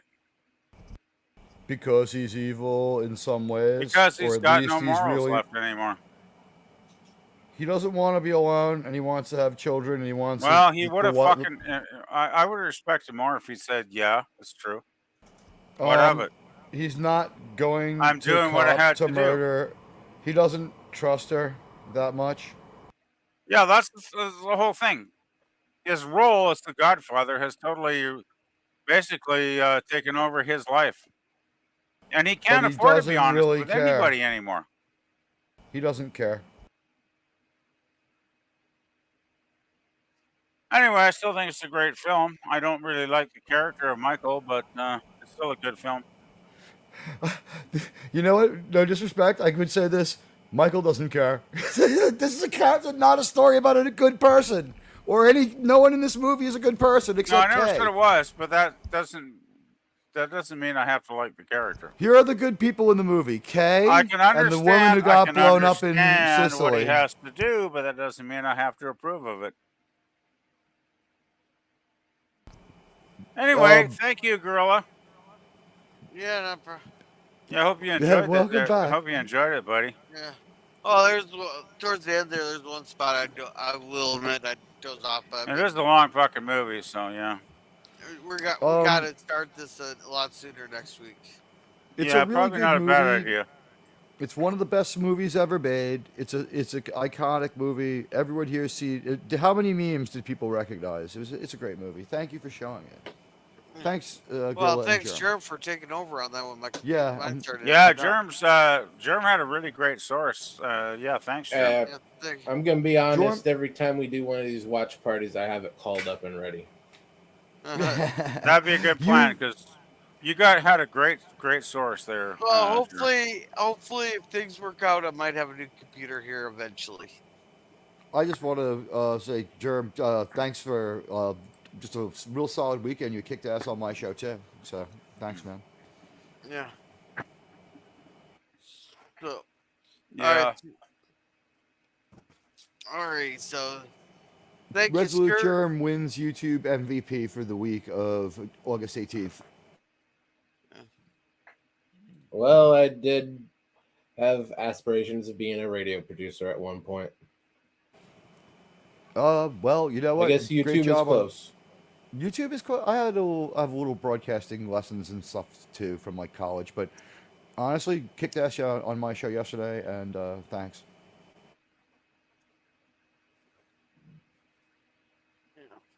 So, but I am getting very tired here, so. Yeah, I got a crash too, so I'm gonna head out, guys. Plus, I had a big supper, so. Yeah, I got to work tomorrow, and it's not getting any earlier, so I'm gonna bail. So thank you, Scurvy, for coming, and thank you, Sci-Fi Sit Down, for coming. Now, Sci-Fi Sit Down, he has a open panel live stream on Saturdays, Friday nights. He does Transformers there, and then he has occasional edited AI art crossovers stream that he does during the week. Thank you, Jim's Landscaping LLC, #1 Commodore Productions, for coming. He just had a live stream this morning, just a random good morning live stream. But he does Star Trek fan films and reviews of those fan films. Then he has puppy videos. So make sure to check him out. Thank you, Curtis Selby for coming. He goes quite a few live streams. He goes live when he feels like it. Always something interesting to talk about. It's kind of more of a political channel, but still very good. Both sides can have a conversation there. It is there. It's not just like one-sided. And thank you, Mikey, for coming. I know he has his what was it? Deadpool Wolverine review coming up pretty soon. But he's gonna be starting up his topic times again pretty soon, and he'll have a bunch of reviews coming up here pretty soon once the computer gets fixed. Thank you, Outlaw Bill, for coming. Bill does karaoke twice a week, Wednesdays and Saturday nights. But he also has his Western Cinema Sunday. He has Action Theater. He'll have Buckets of Blood coming back pretty soon here. Oh. Thank you to whoever this Mike who showed up. The Christian Carpenter, does he do anything on his channel? Only saves everyone's soul. All right, thank you to Christian Carpenter for coming. And thank you, Boomer, for coming. He's probably done by now, Yay, but Boomer. he does watch parties a few times a week on his Cosby channel there. But he puts the trailers for those watch parties on his YouTube channel, so make sure to check him out. And thank you, LDG, for coming. If you ever need IT help or need a place to hang out, there's always freethenet.org/underground. And thank you, Suzanne X Team, for coming. And thank you to Judge Finity for coming. And thank you, Hakeem, for coming. All right. And Daniel's on the all right, so T, what do you got going on? Hey, I'll be back probably on. I might be around tomorrow, and I'll probably be on Friday. This week's a little bit murky, but Saturday nights at 9:30, I do Saving Star Trek, where we're currently on Enterprise. Next week we'll be up to episode 9. I'm not sure what the name of the episode is, but last night's watch party went really good. Great job by everybody on the panel, and some of the uploads will start rolling out for that one tomorrow. So check my channel for some uploads, conversational highlights, and then probably be live at some point. But my link's in the chat for my channel. I believe the watch party is for Civilization on Saturday. Is that the next episode for Enterprise? I'm not sure I remember that episode. I need to watch the episode still. Is this the first time we find like an Earth-like civilization of people who are not Earth-like or not from Earth? Yeah, say Renaissance era, someone's doing illegal mining. Oh, this is our first contact with someone that no one else really knows about except one scumbag faction. Yeah, I think I remember this one. They're getting cold. Someone's breaking what will one day be the prime directive with this society.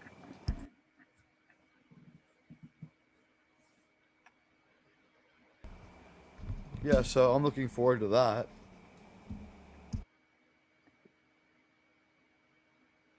Sounds good. I've been done for a while. I have nothing to say. I love you all. My link's in the chat. Daniel, you have anything? I got muted. Damn it! I was talking. I thought you had fallen out. No, yeah, everything. Yeah, I thought I got very muted. eerie. I don't know what was going on there. Oh, I muted you. Anyway, I'm going to crash. I got nothing to fucking add, and I'm tired, and I'm fed up, and I won't go into anything else. But I'm going to bail, guys. I'm going to crash too as soon as I end the stream here. Yeah. Daniel, so what you got going on? Pretty much the same thing. I got nothing going on. All right. And PvP, you got anything to add, or just nothing positive at the moment. All right. So I'll just keep silent. All right, Jeremy, what you got going on? Well, Tuesday we got Andromeda on Sci-Fi Cinema. We'll have the Nerd Night Roundtable on Thursday and Saturday morning cartoons. The poll for that's up at the community tab right now. Also have a new cartoon intro and a short coming out this week. Alrighty. As for me, tomorrow we're doing a very special. I'm gonna use Pop Stream we already set up, but we're gonna finish out what me and Pop started. He really wanted us to finish Gilligan's Island there. So tomorrow we are doing Rescue from Gilligan's Island there with his four main co-hosts there, me, Jill, Nemesis, and PvP here. Then on Tuesday, I'll be doing another cigar lounge. I should be doing another cigar lounge after Germs Andromeda. Then on Wednesday there, a couple more episodes of Freaks and Geeks. Thursday we got we're bringing Cringe Talk back for a special watch party of Border Town. There. Then on Friday we are reviewing the Waltons episode. I believe it's The Beguiled. And then 2 more episodes of DS9 on Saturday. Then Godfather 2 on next Sunday, but we're going to be starting that one a lot earlier. Just so we don't have this on falling asleep on the panel type deal. So, with that, you guys have a good night and remember to be a gorilla.